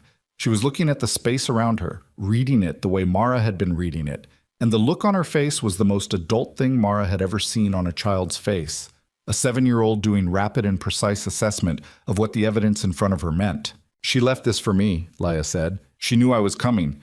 She left everything she had and she stopped." Her voice didn't break, but it came close, the structural integrity of it under visible pressure. "She's close. She has to be close." Mara was already standing. "Take the box," she said to Creed. She moved to the window opening, looked out across the headland. The ocean was below, and to the west, the access road to the east. the coastal highway beyond that. To the north, the lighthouse tower stood against the sky, and at its base, movement. A figure moving fast along the base of the tower, heading toward the south side of the property, moving with the uneven gait of someone who was injured or exhausted, or both. Dark clothing. Hair loose in the wind. North, Mara said. Tower base, go. They went. Creed had the metal box under one arm. Mara had Leia's hand and she ran, through the keeper's house and out the broken door and across the wet grass. The wind pushing against them, the ocean roar surrounding everything. She saw the figure stop at the south corner of the tower and turn and see them and freeze. Even from 40 yards, even through the gray coastal light and the wind-driven mist, Mara could see the resemblance. The same dark eyes, the same stillness in a crisis. The photograph from the locket, three-dimensional and exhausted and real. Leia let go of Mara's hand. She ran. Emma Mercer caught her daughter and went to her knees in the wet coastal grass and held her with both arms. And the sound that came out of her was not a sound that Mara was going to be able to think about later without cost. It was the sound of someone returning from somewhere they hadn't been sure they'd come back from, finding the thing they'd held on for, releasing the held breath of weeks. Mara stood 10 feet away and looked at the access road. She had been listening under the ocean's roar the entire time they'd been on the property. She heard it now. Engines, not motorcycles. Vehicles, multiple, coming fast down the coastal access from the north. She saw the first headlights crest the rise 300 yards away, and then the second set, and then a third. She looked at Creed. He had already put himself between the approaching vehicles and the two figures on the ground. "How many?" he said. "3 vehicles minimum." She looked at Emma. "Can you run?" Emma looked up from her daughter. Her face was hollowed, and her left arm was held at an angle that wasn't right, and there was a bruise along her jaw that was several days old and yellow at the edges. But her eyes were clear, and the steadiness in them was the same steadiness as in her daughter's eyes, the family trait that had apparently survived everything. "Yes," Emma said. "The crawl space," Mara said. "Is there one? Under the house?" "South side, entrance behind the fuel tank." "Take Leia. Take the box. Go now." She looked at Leia, who was still holding her mother with both arms, face pressed against Emma's neck, eyes open and watching Mara over her mother's shoulder. "Go with your mother. Don't come out until I come for you." Leia looked at her for 1 second. Then she nodded. Emma gathered herself and took her daughter's hand and moved for the keeper's house without running, moving quickly, purposefully, the controlled pace of someone who understood that running drew eyes and walking didn't, a woman who had spent weeks surviving on exactly that kind of judgment. The headlights were 200 yards away. Mara looked at Creed. He had his hands loose at his sides and his chin slightly down, and his weight forward on the balls of his feet, and there was nothing in his face that could be described as afraid. There was something else there, the focused quietude of a man who had stood in bad situations before and had developed over years a relationship with those moments that wasn't peace exactly but was adjacent to it, the acceptance of the situation as it was rather than as it should have been. "Bears riders," he said. "Too far out." She looked at the vehicles. 200 yards. Slowing as they came onto the property approach. They knew where they were. 10 minutes, maybe? "We don't have 10 minutes. "No." The first vehicle stopped at the gate. A door opened. Then another. Dark figures, moving with the deliberate efficiency of people who had done this before, who were not improvising. 4. 5. She counted 6 before she stopped counting because the number stopped mattering, and then the figure who stepped out last, from the passenger side of the lead vehicle, was not one of the 6. He was taller than them, and he moved differently, not with the operational efficiency of hired purpose, but with the unhurried ease of a man who had arrived at a place he'd been heading for a long time and was in no particular hurry now that he was here. Victor Rains. He stopped at the gate line. He looked across the wet grass of the headland at Mara, and even from this distance, in this light, she could see the specific quality of the look he was giving her. Not rage, not urgency, just the cold and patient recognition of a man who had put someone on a list 7 years ago and had arrived, finally, at the bottom of it. He said something to the men beside him that she couldn't hear over the ocean. They started moving. Creed shifted his weight. "If we split their approach," he said very quietly, We can funnel them. Between the tower and the fence line. One at a time. Almost one at a time. She looked at the space between the lighthouse tower and the east fence. Narrow. 2 men could come through at once, but not 3. Not comfortably. It was the difference between fighting a force and fighting a sequence. You take the fence line side. You take the tower. Yes. A pause. The sound of boots on wet gravel still approaching. He said, Mara. She looked at him. He started to say something else. She could see it, the preparation of it in his face, something he'd been carrying since Garrett's farm, or maybe since longer than that, since 3 years ago, since whenever the thing was that he hadn't said and she hadn't stayed long enough to hear. Later, she said. His jaw closed. He nodded once. She turned to face Victor Rains and the 6 men spreading across the headland toward them, and she felt the cold Pacific wind against her face and the wet grass under her boots and the specific weight of everything that had led to this particular piece of ground. The fire, the rope, the child, the diner reduced to ash, the riders down outside Salmon City, Emma's photograph with its 3-word message that had turned a search into a rescue into this. And she thought, with the clarity that sometimes arrived in these moments and could not be manufactured or summoned at any other time, that she had not turned the bike around that night because she was brave. She had turned it around because she was finally tired enough of running to remember what she'd been running from. The first 2 men cleared the gate at a jog, and Victor Rains stood at the property line with his hands in his jacket pockets watching, and the ocean was loud and cold and enormous behind them all, and Mara Vale moved forward into the space between the lighthouse tower and the east fence line, and the first man reached her before she'd fully committed to the angle, which meant she had to adjust, and adjusting cost her the first hit. It caught her across the left shoulder, the bad shoulder, the one with the scar tissue that never fully softened, and the impact radiated down her arm in a white spike of sensation that she catalogued and set aside, because there was no useful thing to do with pain in the first 30 seconds of a physical confrontation except acknowledge it had arrived and continue. She used the momentum of the hit to turn rather than absorb it, got her right elbow into the man's ribs as she came around, felt the contact, heard the exhale. He went sideways. Not down. Sideways, which meant he was experienced enough to roll with force rather than resist it, which meant she was not dealing with hired bodies, but with people who knew how to do this. She registered that and filed it and moved. The second man was closer than she'd anticipated. They'd spread their spacing deliberately, accounting for exactly the funneling tactic she and Creed had chosen, which meant Victor had briefed them on basic engagement mechanics, which meant Victor had been planning this encounter rather than reacting to it. She took a knee strike to the thigh that would leave a bruise the size of a dinner plate and threw a headbutt that connected badly, mostly forehead to cheekbone, the pain splitting evenly between them. To her left she could hear Creed. She didn't look. She knew his sounds in a confrontation the way she knew the sound of his bike, the specific rhythm of him, the particular intervals between contact and recovery. He was handling the fence line side. She didn't look because looking was how you got hurt. She put the second man down with a joint lock that she'd learned from a woman in New Mexico 12 years ago and had used approximately 4 times since, and the man went down with his arm at an angle that would require medical attention before he tried to use it again. She stepped over him. The third man stopped. He was maybe 20 feet away, and he had stopped moving, and he was holding something at his side that was not his hand, and Mara stopped too. And for a second the only sound was the ocean and the wind and the distant struggle at the fence line and the very close sound of her own breathing, which was ragged in a way she'd have to think about later. Victor Rains spoke from somewhere behind the man. "That's enough." His voice was exactly as she'd constructed it from the 4 times she'd heard it 7 years ago. Smooth, controlled, with the specific quality of a man who had spent so long performing calm that it had become indistinguishable from the real thing, if there was a real thing.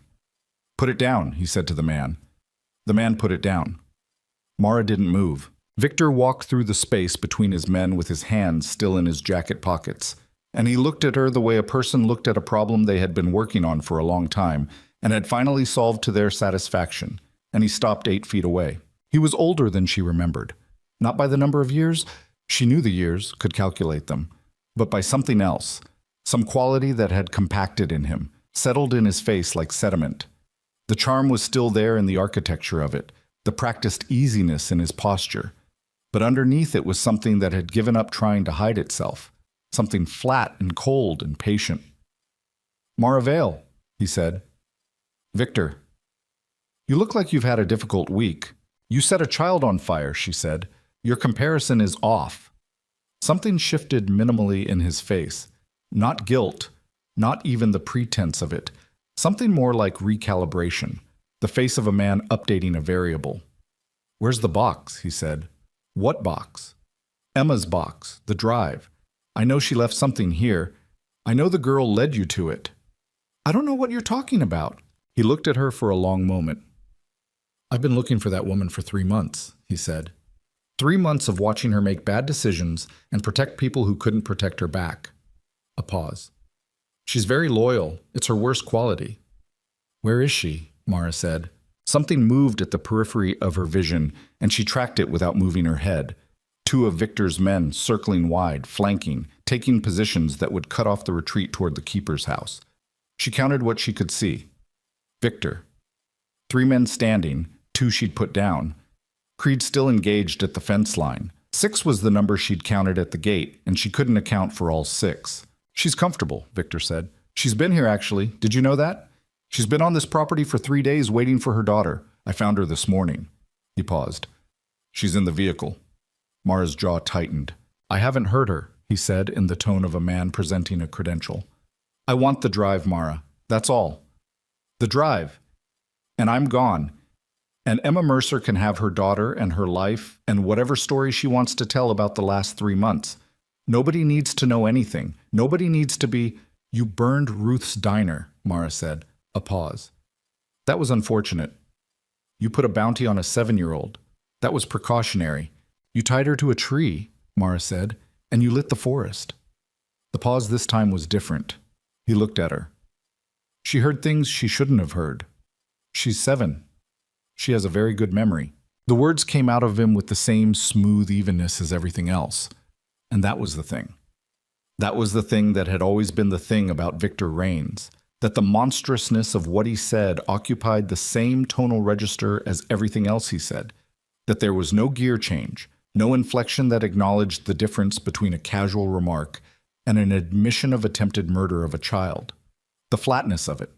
The absolute lack of internal weather. Mara thought about Leia in the crawlspace. Leia and Emma in the crawlspace with the metal box and the hard drive and 3 pages of Emma's handwritten account and the printed financial documentation. All of it, the entire architecture of what Emma Mercer had spent 3 months building and surviving to preserve. She thought about what Victor had just told her, that Emma was in the vehicle, that he'd found her this morning, which meant Emma had not made it to the crawlspace, which meant Leia was in the crawlspace alone. "I'll get you the drive," Mara said. Victor's eyes changed slightly. "Good. But Emma walks to me first. Right now." A beat. He considered this with the visible calculation of a man weighing leverage. Then he turned slightly and said something to one of the men behind him. Mara watched the man walk back to the vehicles. She kept her eyes on Victor. "You came a long way for this," he said. "So did you. This is my property, in a manner of speaking. Emma is she's important to me. She's terrified of you." That's a mischaracterization. "She scratched a map into her daughter's locket," Mara said. "She faked her disappearance. She carried evidence through 3 states injured and alone. That's not a mischaracterization. That's a woman who knew exactly what you were." His jaw tightened, just slightly. The first crack in the surface. "Emma made choices," he said. "She made choices about what to look into and what to share and with whom. Those choices had consequences. The consequences you're describing are you." Mara. The sound of the ocean filled the pause between them, cold and enormous and utterly indifferent to the small human accounting happening on the headland above it. She heard the vehicle door, she heard footsteps on gravel. She did not take her eyes off Victor until Emma Mercer appeared at the edge of the peripheral frame, and then she looked, and what she saw was a woman who had been through something that had left visible marks. The wrist that was held carefully, The way she moved with the exaggerated precision of someone managing pain, the bruising that was older than today, the expression on her face that was compounded from exhaustion and fear, and something underneath both of those, some residue of Emma Mercer before all of this, some quality that had apparently survived everything Victor had done and intended to do. Emma stopped. She was looking at Mara. She said, "The crawl space." Barely a sound, a shape of words. Mara understood. She gave the smallest possible nod. Emma's eyes closed for 1 second, then opened. "The drive," Victor said. He was looking at Mara. He hadn't looked at Emma since she'd appeared. Where? That was when the Harleys arrived. She heard them before she saw them. 6 distinct engine voices coming in from the south, off Route 12, the specific acoustic signature of multiple large displacement engines running in loose formation, the sound that Route 12 had probably never heard before and would absorb into its particular geography and hold there the way landscapes held the sounds of significant events. They came over the coastal rise, and their headlights swept across the headland in a long arc, illuminating the grass and the fence and the lighthouse tower and the figures standing on the wet ground, and Victor turned toward the sound for the first time. Bear had sent them all. There were 7 bikes. She'd told Bear the coastal station, the old way, the way you communicated when phones were gone, a specific shorthand developed over years of operating in territories with no cell coverage, a set of reference points that meant specific things. He'd understood. He'd sent 7.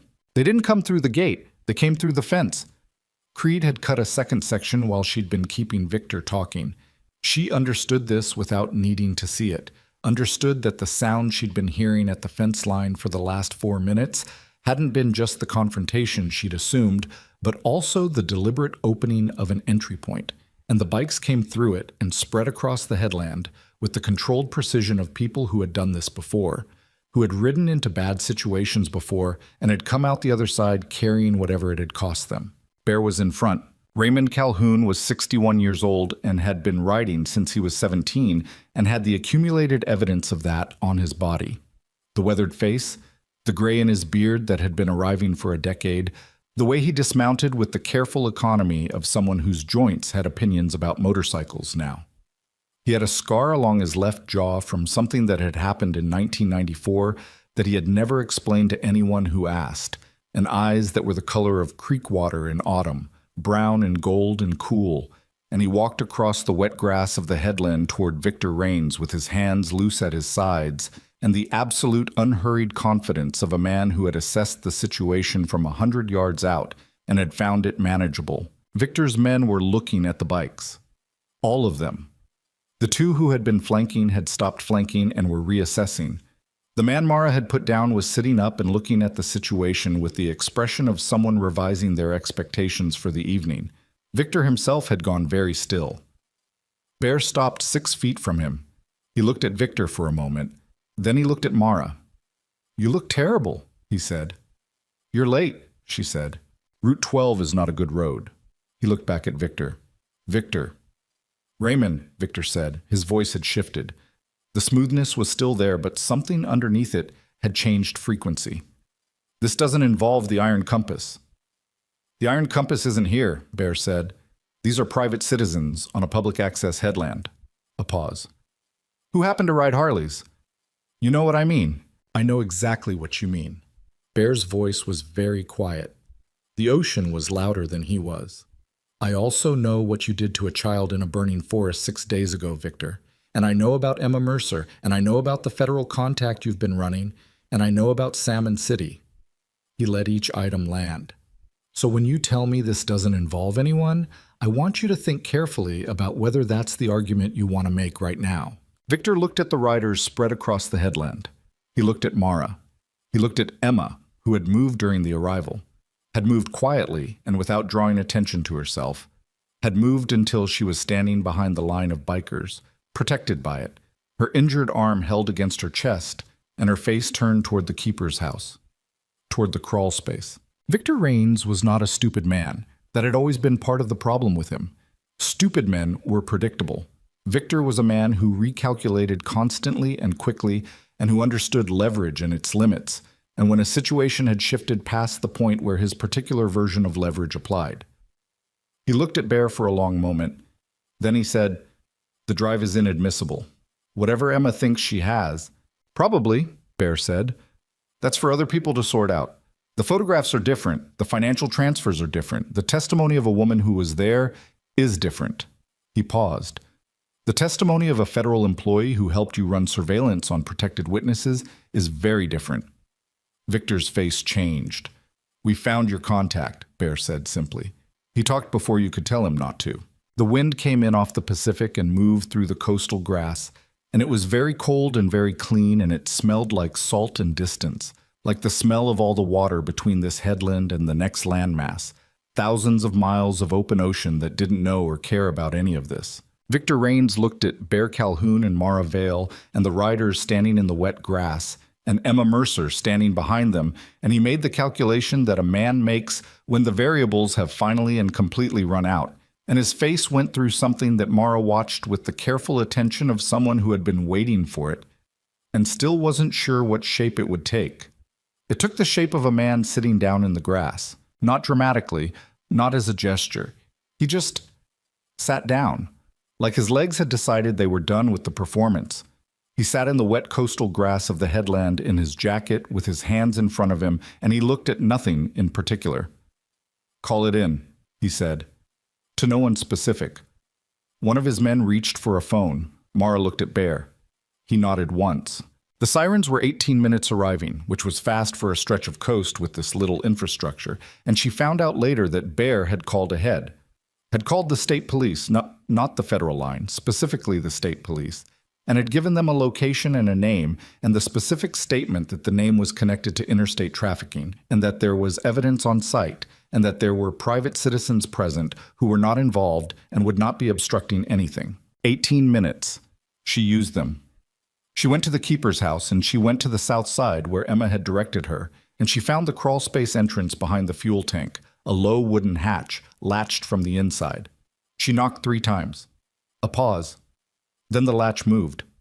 Leia's face appeared in the gap, low and dirt-smudged, her eyes scanning the space above and behind Mara before they settled on her. Reading the situation, deciding. She decided.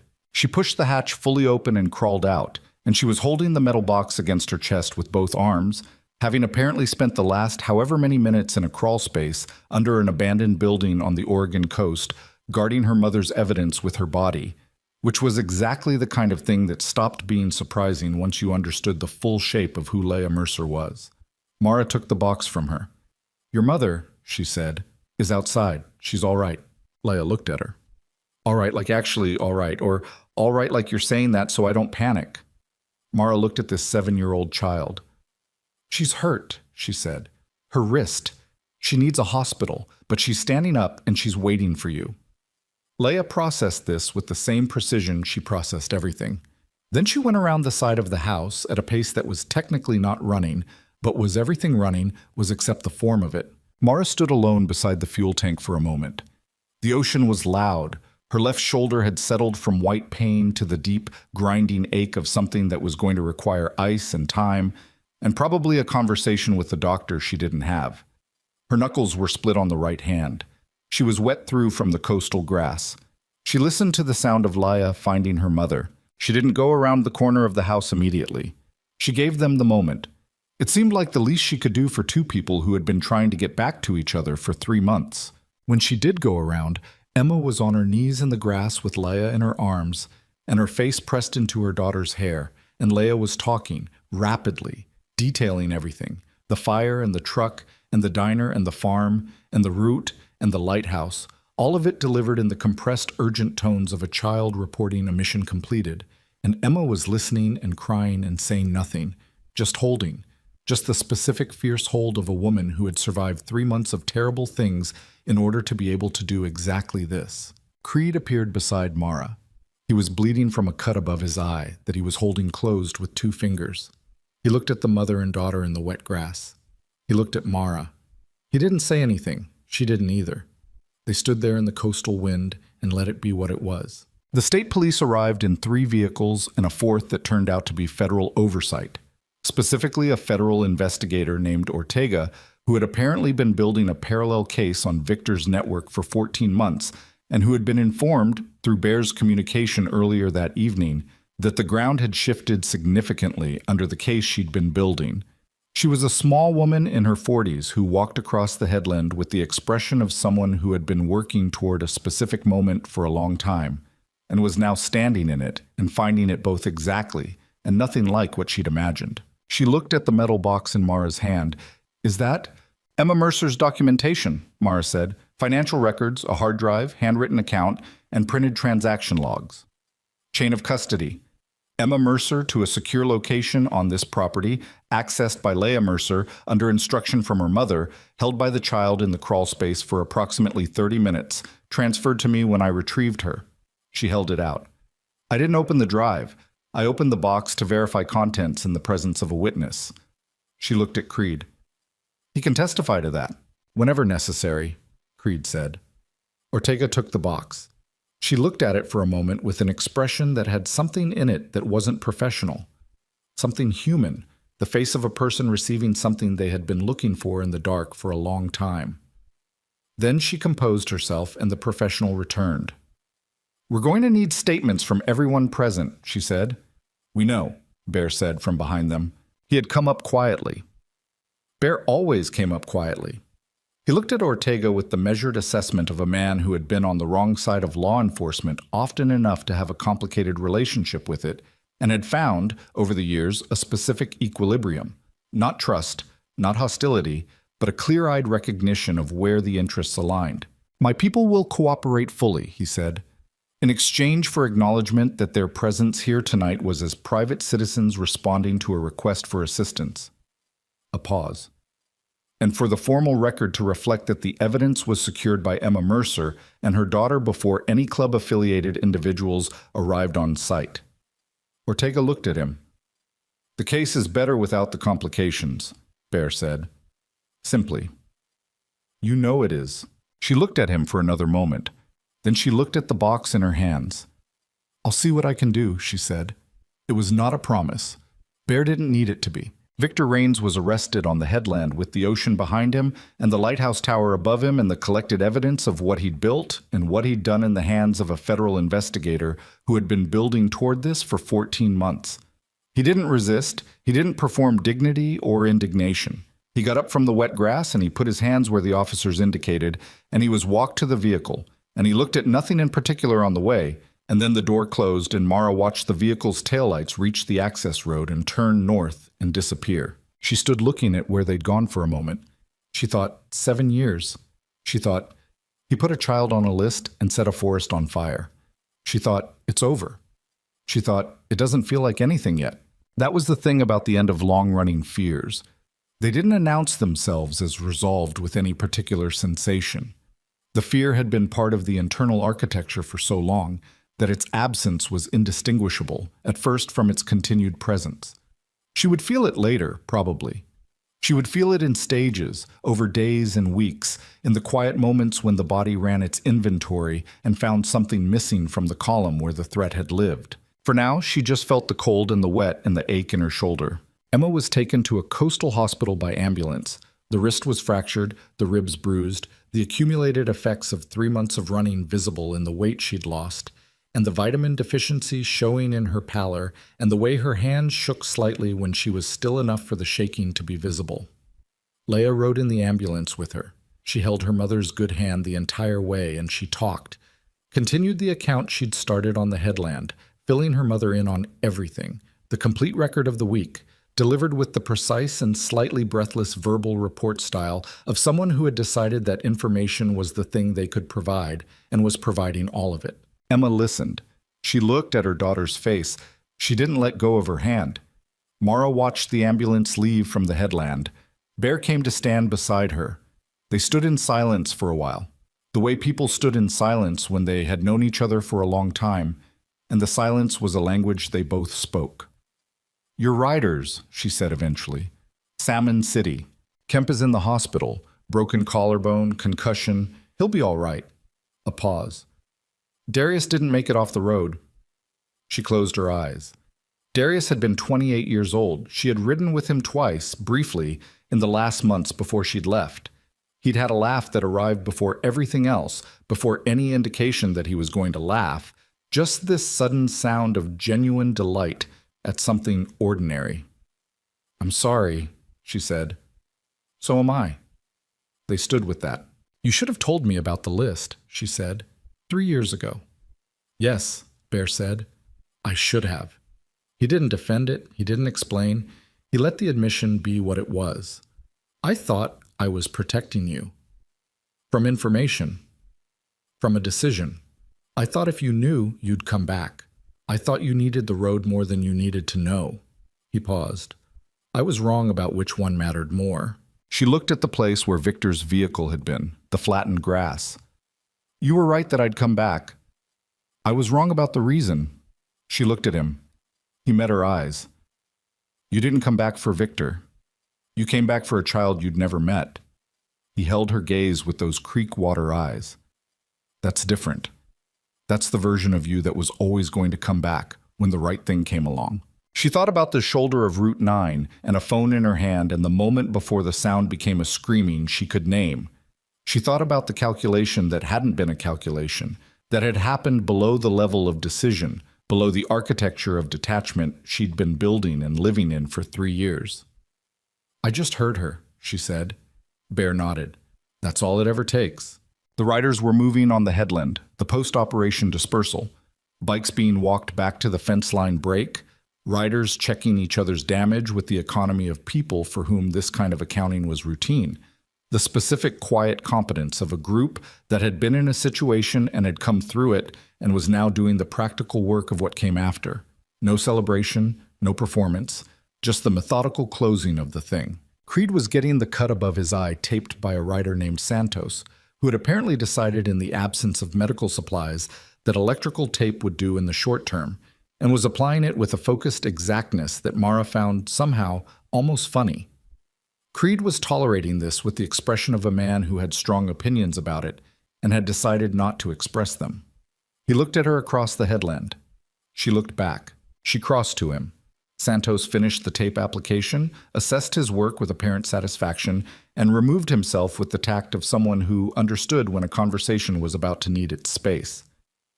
"You were going to say something," Mara said, "on the headland, before they came through the fence." He looked at her. The electrical tape above his eye made him look slightly piratical, which was not the word for him but was somehow accurate in this moment. "I don't remember." "You remember." He was quiet for a moment. The ocean was loud behind them both. "I was going to say that it's good you turned the bike around," he said, "that night on Route 9.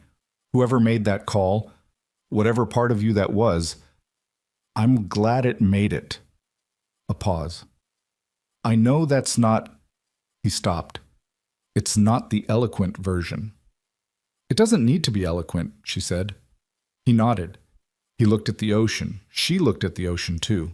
They stood there with the Pacific in front of them, and the dead lighthouse above them, and the dispersing bikes behind them, and all the miles of mountain and highway and burning forest between here and the beginning of the week. And she felt the weight of it, the way you felt the weight of something you'd been carrying after you finally set it down, felt it by its absence, in the specific exhaustion of muscles that had been under load and were now, cautiously, being allowed to rest. The drive to the hospital took 40 minutes on the coastal road, and by the time they arrived, Emma had been taken to imaging, and Leia was in a waiting room that smelled like antiseptic and old coffee with a borrowed hospital blanket around her shoulders. She was sitting in a chair that was too large for her, with her feet not quite reaching the floor, and her eyes open and tracking everyone who came through the door. When Mara came through the door, Leia's face did the thing it had been doing all week, the thing Mara had stopped trying to describe to herself because the descriptions were inadequate. It went through something, some fast and private recalibration, and then settled into something that looked like, but was not quite the same as, relief. "She's getting x-rays," Leia said. "I know." Mara sat down in the chair beside her. "She's going to be okay." "I know she is," stated flatly. Not as reassurance, but as determination. The declaration of a child who had decided the outcome, and was holding to it the way you held to things when the alternative was not something you were willing to consider. Then, more quietly. I knew she was still alive. I knew it the whole time. Everyone kept saying gone like gone, but I knew she wasn't. You were right, Mara said. She taught me to trust what I know. A pause. She said the people who tell you not to trust yourself are usually the people who need you not to. Mara sat with that for a moment. Emma Mercer, whom she'd known for approximately 45 minutes total, kept arriving in the conversation in ways that were more vivid than most people Mara had known for years. She sounds like someone worth finding, Mara said. Leia looked at her. You found her. You led me to her. The child considered this. She seemed to find the distribution of credit acceptable. She looked at the waiting room door and then back at Mara, and then she said, What happens now? It was the question, the one Mara had been sitting with since she'd watched the ambulance leave the headland. The logistics of now, the statements, the federal investigation, the evidence, the case that would wind through systems for months before it resolved into whatever it resolved into. The more immediate logistics of a woman with a fractured wrist and bruised ribs and a 7-year-old daughter and no home to go back to, because going back to the home they'd had meant going back to the geography of Victor, and that was not going to be possible or healthy or wise. There was the question of where. There was the question of what came after the case and the testimony and the long bureaucratic aftermath of dismantling a network that reached across 3 states. One thing at a time, Mara said. Tonight is just about your mother being okay. Leia absorbed this. She nodded. She looked at the door again. Then, Are you going to leave? The word leave sat in the antiseptic-smelling waiting room. Mara looked at the linoleum floor and the flickering overhead light and the water-stained ceiling tiles, and she thought about the saddlebags she'd packed 3 years ago, and the road east, and all the highway miles she'd accumulated since, the long practice of being nowhere that you could be found and nowhere that required anything from you. She thought about Creed at the fence line, tape above his eye, watching her across a headland. She thought about Bear's voice saying, that's the version of you that was always going to come back. She thought about Ruth Harper pressing keys into her hand in a diner that was now ash. She thought about the specific weight of a child in a burning forest. Not tonight, she said. Leia looked at her. Not for a while, Mara said, and meant it in the way that surprised her. Not as a concession, not as the reluctant surrender of a woman who had been cornered into warmth, but as something that arrived from below the level of decision and felt, when she examined it, like the same quality as the moment she'd turned the bike around. Below thought, below strategy. The part of her that had always known things she'd spent years trying to outrun. Creed appeared in the waiting room doorway.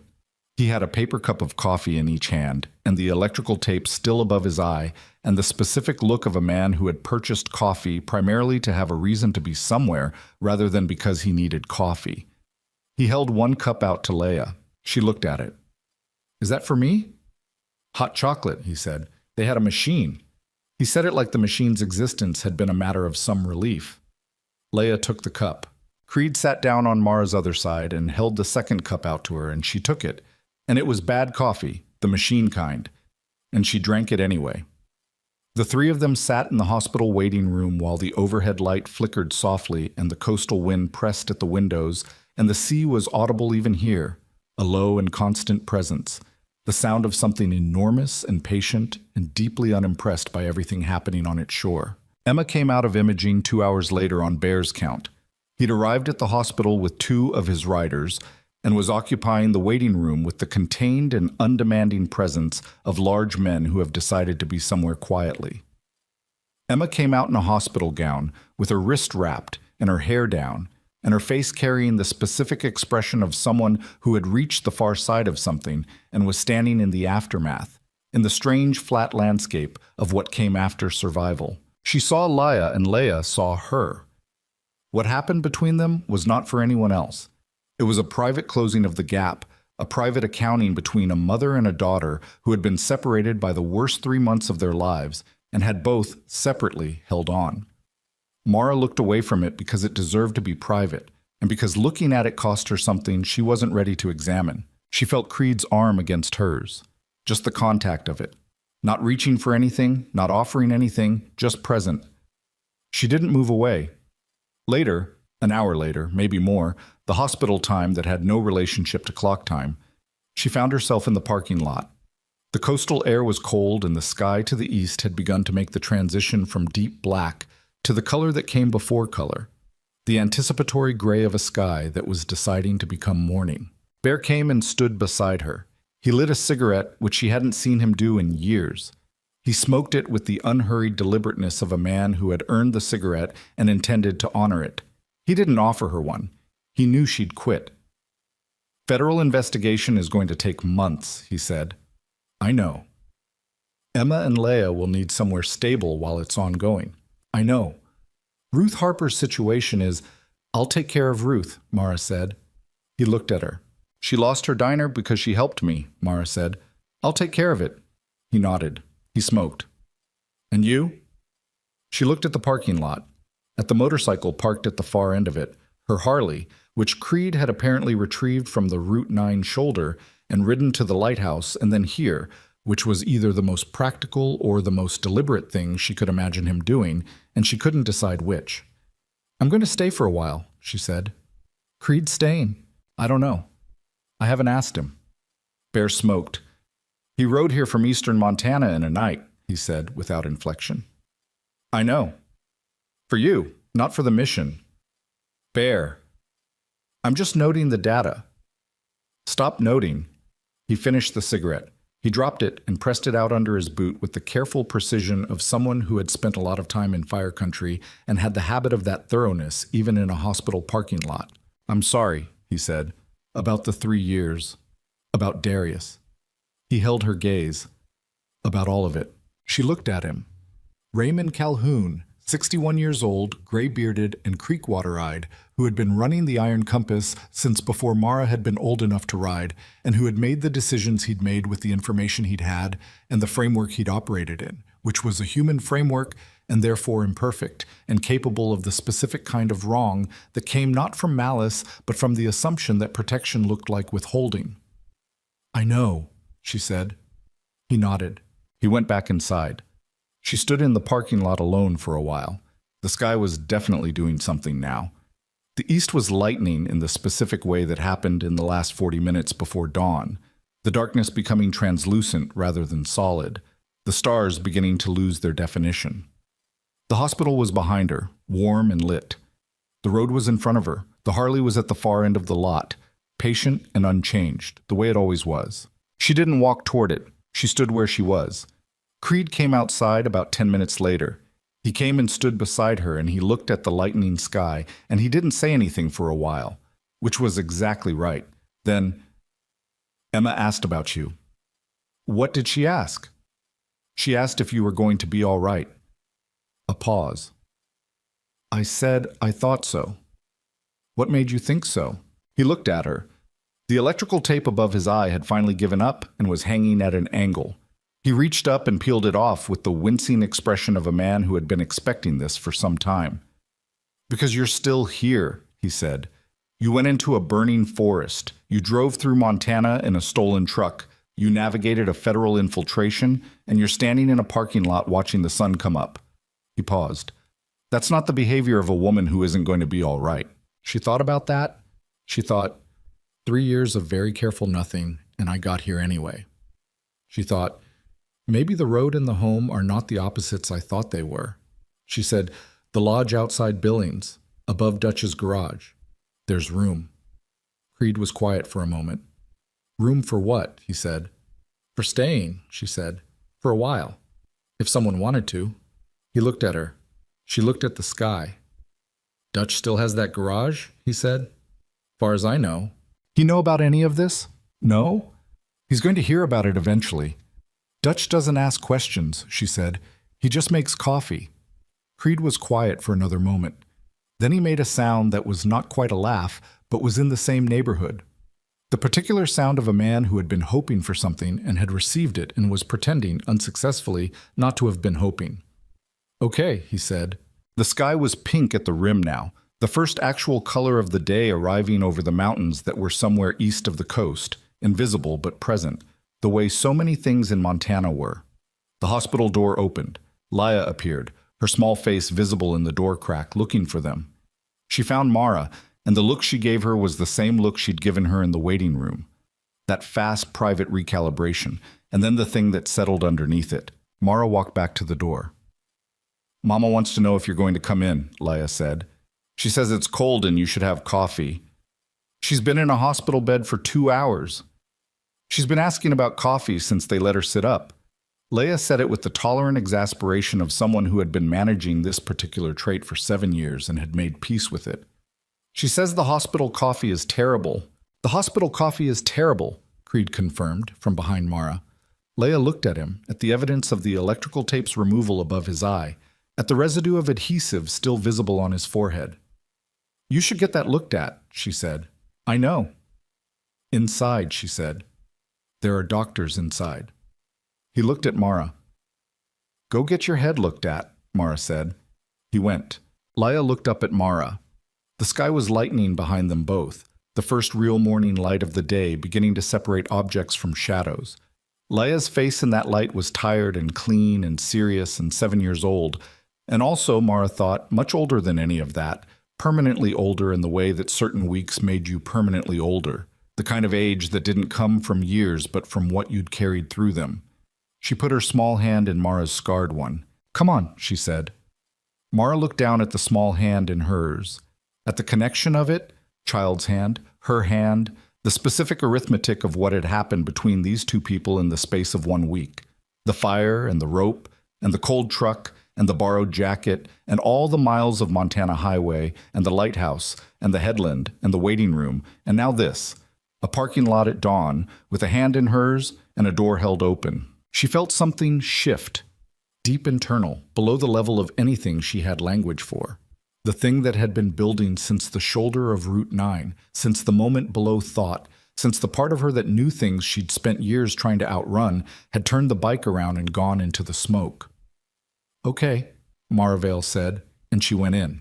Inside, Emma Mercer was sitting up in a hospital bed with a blanket across her lap and the specific look of someone who had survived something and was in the beginning stages of understanding what surviving was going to feel like going forward. The coffee from the nurse's station was indeed terrible.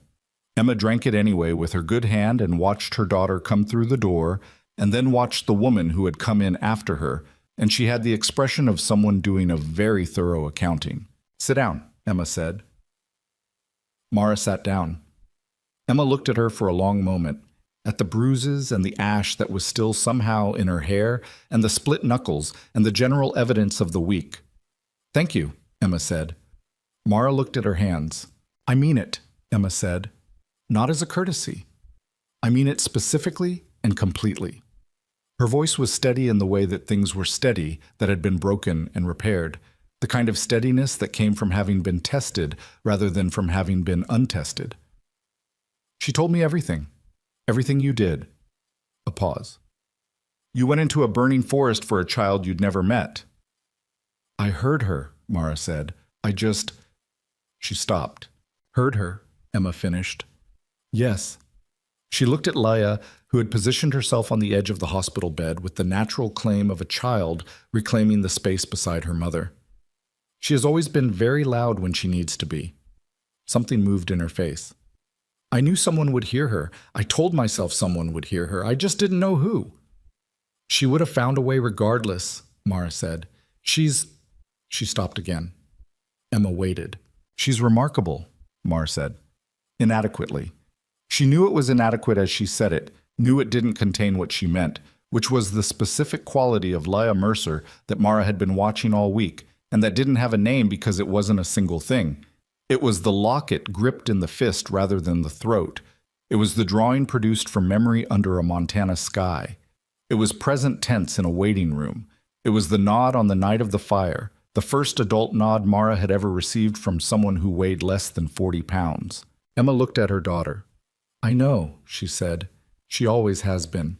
The morning came the rest of the way in while they sat in the hospital room, and the terrible coffee was replaced with slightly less terrible coffee that Creed brought from somewhere down the hall, and Bear came in and sat in the corner and said nothing, but was present in the way that Bear was always present in rooms he entered, the gravitational quality of a man who had been a fixed point for long enough that rooms reorganized themselves slightly around him. The writers were in the waiting room. The coastal air came through the cracked window above Emma's bed, and it was cold and clean and tasted like salt and distance. Outside, beyond the hospital and the coastal road and the rocky shore, the Pacific was the same. Enormous and patient, and turning under the early light, gray becoming silver, becoming something closer to blue, the way it always did, indifferent to the small human accounting of the night before and the morning after. Mara sat in a chair in a hospital room and drank bad coffee and listened to Leia tell her mother, in precise and thorough detail, about the big brown dog at Garrett's farm, and the way Emma laughed at that.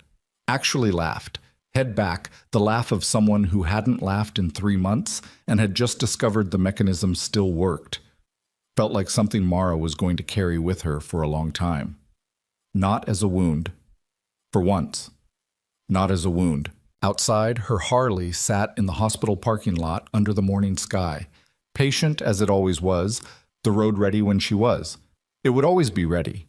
That was the nature of roads. They didn't go anywhere. They waited. And when you were ready for them, they were there. She wasn't ready yet. For the first time in 3 years, she wasn't ready yet. And the not readiness didn't feel like failure or softness or the slow erosion of the careful distance she'd been building. It felt like something else. Something she was only beginning to find the word for. Something that felt, if she was being accurate, a great deal like home.